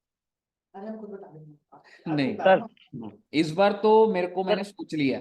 अच्छा जो टैक्स नहीं देगा सर उसको सिंगल टेस्ट रखो ना एक दिन, हाँ जी, एक साथ 2 टेस्ट मत रखो। वो समझो आप एक साथ 2 टेस्ट, हाँ नहीं है नहीं है, ठीक है ये वाला है, काटो। पर ये मतलब देना है बच्चों ने टेस्ट अब। AF3 कैशलेस स्टेटमेंट नहीं है? हाँ कैश नहीं है ना? है ऑल एक्सेप्ट AF ये भी ऑल एक्सेप्ट लेकिन और 3 और वो है 13 है। इसकी फोटो खींच ली है, मैं भी और मैं टेस्ट का ग्रुप बनाऊंगा, और सिर्फ वही बच्चे जो आके देंगे सिर्फ वही होंगे उस ग्रुप में। सर सीएमए के लिए अकाउंट में केवल फाइनेंशियल अकाउंट है ना, सर ये आपने कॉर्पोरेट एएस क्या तेरा लिखा? सिर्फ एएस 1 सीएमए 7। का तेरा पूरा होगा धीरज, बस तेरे एएस नहीं होंगे, बाकी सारा होगा तेरा। कॉर्पोरेट भी। बस वो AF की लगाओ। कॉर्पोरेट नहीं है इसमें, नहीं ठीक है हम चुप रहो। सर इसमें वो भी आएगा, पहला वाला चैप्टर हमारा मैडम उससे अकाउंट्स में, कोई क्वेश्चन वो नहीं है, लेकिन नहीं अभी वो नहीं डाल रहा। पहला कौन सा जो वो लेवल तो 1 वो लेवल 2? फाइनल अकाउंट्स वाला वो जो वो बनाना था ना, हाँ हाँ वो तो है फाइनल अकाउंट, मॉड्यूल 3 का पहला वाला, मिलिट्री वाला मॉड्यूल और 3 का पहला। शेड्यूल 3 था ना। हाँ हाँ हाँ वही वाला। डालो ओ भाई वो तो एएस के अंदर छोड़ना है, हाँ डालो भाई सब डालो, ऐसे ही मार दो। ठीक है ना। क्या कर रहे हो यार? ये वाला फॉलो करो एकदम रिगरस, मतलब एकदम एकदम तुम्हें ऐसा होना चाहिए कि बस ये मुझे फॉलो करना है, लास्ट एक हमारा वो है सर मौका। अच्छा इसके नीचे वो तो बता दो होली पार्टी की डेट। होली पार्टी कौन से दिन है? होली किस दिन है? 25। 25 को फिर एएस डाल दूं उस दिन फिर। सर आप तो जा ही रहे हो गोवा। सर देखो ऐसा है, अभी बन गया ना, उसकी फोटो चली गई है। नहीं नहीं, वो अब गोली बनाओगे? बस मुझे एस का लग रहा है, पर ठीक है कोई दिक्कत नहीं, इससे ज्यादा घुसाऊंगा खराब हो जाएगा। अभी सर शाम को ना एक अजीब से इंसान निकल आगे, तुमसे अटेंड करते मैं भी रखूंगा। उनको अचानक छुट्टी लगेगी, मैं दुष्यंत सर, हाँ नहीं उनका तो हो गया ना लॉ का। अरे नहीं करेंगे। पैमा बाकी है सर अभी थोड़ा 1 घंटे का। देखना वो सारे टेस्ट भी स्पेशल वो पता है क्या करेंगे, मैं तो बताऊं पहले से, वो तुम्हारा एक टेस्ट रखेंगे 5 तारीख ऑडिट का, हाँ पक्का। फिर वो 23 से उनका बीच में कब है, 26 को है ना, नहीं 26 को था पहले, 20 को के है, फिर एक को 20 को और 1 को है ना, वो बीच में एक 26 को भी डालेंगे अभी, देखो, पक्की बात है। अब वो इनका तो नहीं है, पर तुम्हारा ग्रुप तो पक्का डालेंगे, और वो अब तुम्हारे ऊपर है कि तुमको सर को बोलना है सर इसके बाद लो या जो भी करो। पर मैं तुम्हें बता रहा हूँ, अगर तुमने ये टेस्ट नहीं दिया, ये टेस्ट तुमको देना है, तुम्हारी जिम्मेवारी है, मैं छोड़ूंगा नहीं, मैं घर पे कॉल करूंगा, आज से ही प्रोसेस आपके घर में भी जाएगा कि ये बच्चे के आपके टेस्ट हैं, उसने देना है, वो चेक होके आपके साथ डिस्कस करा जाएगा, ये ऐसे ही होगा। भाई साहब कोई बात नहीं, आज तक नहीं करा, करके देख लेते हैं एक बार। नहीं कर पाओगे, आपके कंट्रोल इतने खराब है, इंटरनेट नहीं कर पाओगे। भाई हमारे ना सारे पेपर चेक होंगे, ठीक है, मेरे को सिर्फ ये भी झूठ है। नहीं सर आज तक के जितने पेपर दिए ना अकाउंट्स के, आपने एक नहीं दिया हमें चेक करके, रहने दो। चेक करके सारे पेपर मिल गए तुम्हें चेक होके, आपकी मैनेजमेंट तो लड़ी पड़ी है। ऐसा नहीं है, पिछले महीने के जीएसटी के कोई बात नहीं मिलेगा। मैम ना मेहनती बहुत है, वो बुक के उस पे लगी हुई थी, बुक बन गई है पूरी, और मैं तुम्हें वो भी दे देता हूँ, पास्ट एग्जामिनेशन मैं तुम्हें बुक दिखाता हूँ, रुको ये देखो। अलग है बुक सीएमए वालों की, वही बना रहे हो एक में ही? डीएमए का तेरा स्कैनर चलेगा दोस्त, मैं इस बार न्यू सिलेबस में भी स्कैनर कर रहा हूँ बच्चों को, स्कैनर तेरा जो स्कैनर है तेरे को वो करना है, ओके। ठीक है, तेरे को और कोई बुक नहीं देखनी, और मैं तुमको भेज रहा हूँ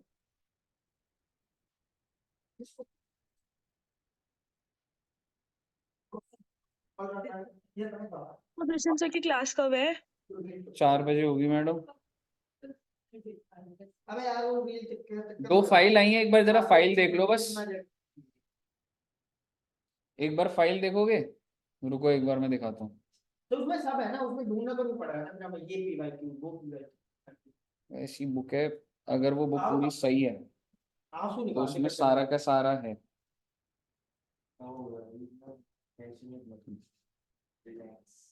अगर इसमें आप सर देखोगे, अपडेट करिए ना बुक को। हाँ ये बुक एज पर लेटेस्ट है,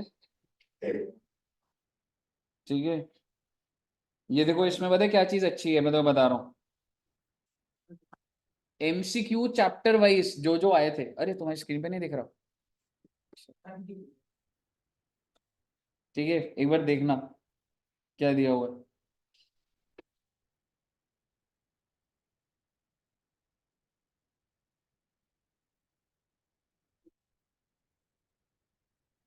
आपको दिख रहा है हर चैप्टर के बाद ना जो जो एमसीक्यू आए हैं जिस भी अटेम्प्ट में, एमटीपी में आ रखा है ये है, अकाउंट में पहले 3 नंबर के टैक्स है ये,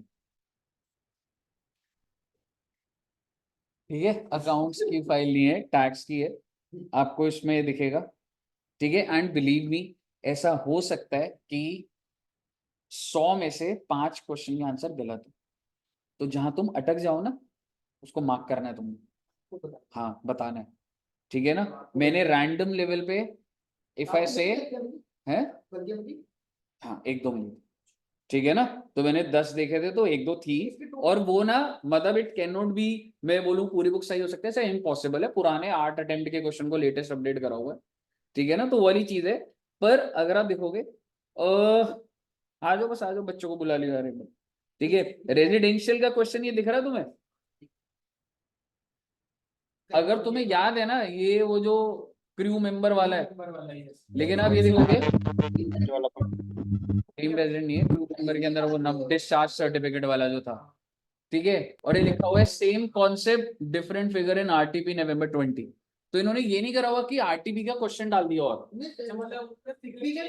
एग्जैक्टली, तो उसने क्वेश्चन ऐड नहीं करा, हाँ समझ रहे हो, ऐसे ही अगला देखो एक बार, जैसे क्वेश्चन में 2 है तो जो बोल दिए एमटीपी का था 7 नंबर का था नवंबर 21 का, ये तो मैं लिटरली बता रहा हूँ, बच्चे इसको ना हल्के में ले जाते हैं, चैप्टर बहुत बढ़िया चैप्टर है, बहुत बहुत कूलिंग चैप्टर है। हाँ हाँ वो तो है ही। क्वेश्चन नंबर 3 देखो, अप्रैल 21 का एमटीपी इशू हुआ होगा भाई, मई 21 हो गया, ठीक है ना। तो बेसिकली अगर मैं आपसे इसके बाद बात करूं, रेजिडेंशियल स्टेटस तुमने अगर यहाँ से कर लिया ना, तो भाई इससे ज्यादा क्या जान थोड़ा ना ले जाएगी भाई, इससे कुछ इतने क्वेश्चन कर लिए 5 नंबर के लिए तुमने करे। अब एक बार अगर आप देखोगे कितने क्वेश्चन है, 10 चैप्टर वाइज है। और ये तो बहुत बढ़िया बनाई है इसी पे तो अनुराधा मैम लगी हुई थी। ये अनुराधा मैम ने बनाई। आई मीन एक जगह से हमने ली, फिर हमने उनका नाम हटाया, अपने डाला, हो गया। हाँ तो प्लीज सब ऐसी करता है, सब ऐसी सर इसकी करता हार्ड कॉपी है? है मैडम। हार्ड कॉपी तो नहीं है, हार्ड कॉपी बच्चे को निकलवानी पड़ेगी। तो 700 पेज की आप गिफ्ट नहीं कर सकते, 700 पेज की क्या होगा? नहीं वो एज अ प्रोसेस पूरा का पूरा। दो ना, आप क्या कर रहे हो? एक चीज मैं दिखाना चाह रहा हूँ इसमें, काफी क्वेश्चन है यार, तो 34, कोई बात नहीं। ये देखो अच्छी बात जो सबसे सही है, इस चैप्टर से एमसीक्यूज क्या क्या है वो भी दिया हुआ है। ये नवंबर 21 का है एमटीपी में, समझ रहे हो। तो बेसिकली तुमको एक ही जगह से उस चैप्टर का एमसीक्यूज भी दिख रहे हैं, आरटी में कौन से एमसीक्यू है, सारी बातें पता लगी, समझ रहे हो। तो आप इसको ना रेफरेंस के लिए करने के बाद एक बार स्क्रॉल अप कर लिया, डाउन कर लिया, मार्क कर लिया, ये सारा हो जाए। ठीक है साहब, वेरी वेरी वेरी गुड। तो करेंगे इंडिपेंडेंट ब्रांच, करेंगे, प्रैक्टिस कर लेना। इंडिपेंडेंट ब्रांच रात में एक बार बुला लूंगा या देख लेंगे, कुछ कर लेंगे। तो मैं आपको सजेस्ट करूंगा अपना घर बैठ के प्रैक्टिस करो, आने जाने पे इतना कोई ऐसा कोई वैल्यू एडिशन नहीं है, समझ रहे हो। मतलब वो लगे रहो तो कुछ नहीं है, वो self study is the key. ठीक है बच्चे, सर एक बार इंडिपेंडेंट ब्रांच करवाई देना। हाँ हाँ करवा दो, करवा दो। ठीक है दोस्त, okay, thank you very much, bye bye bye bye.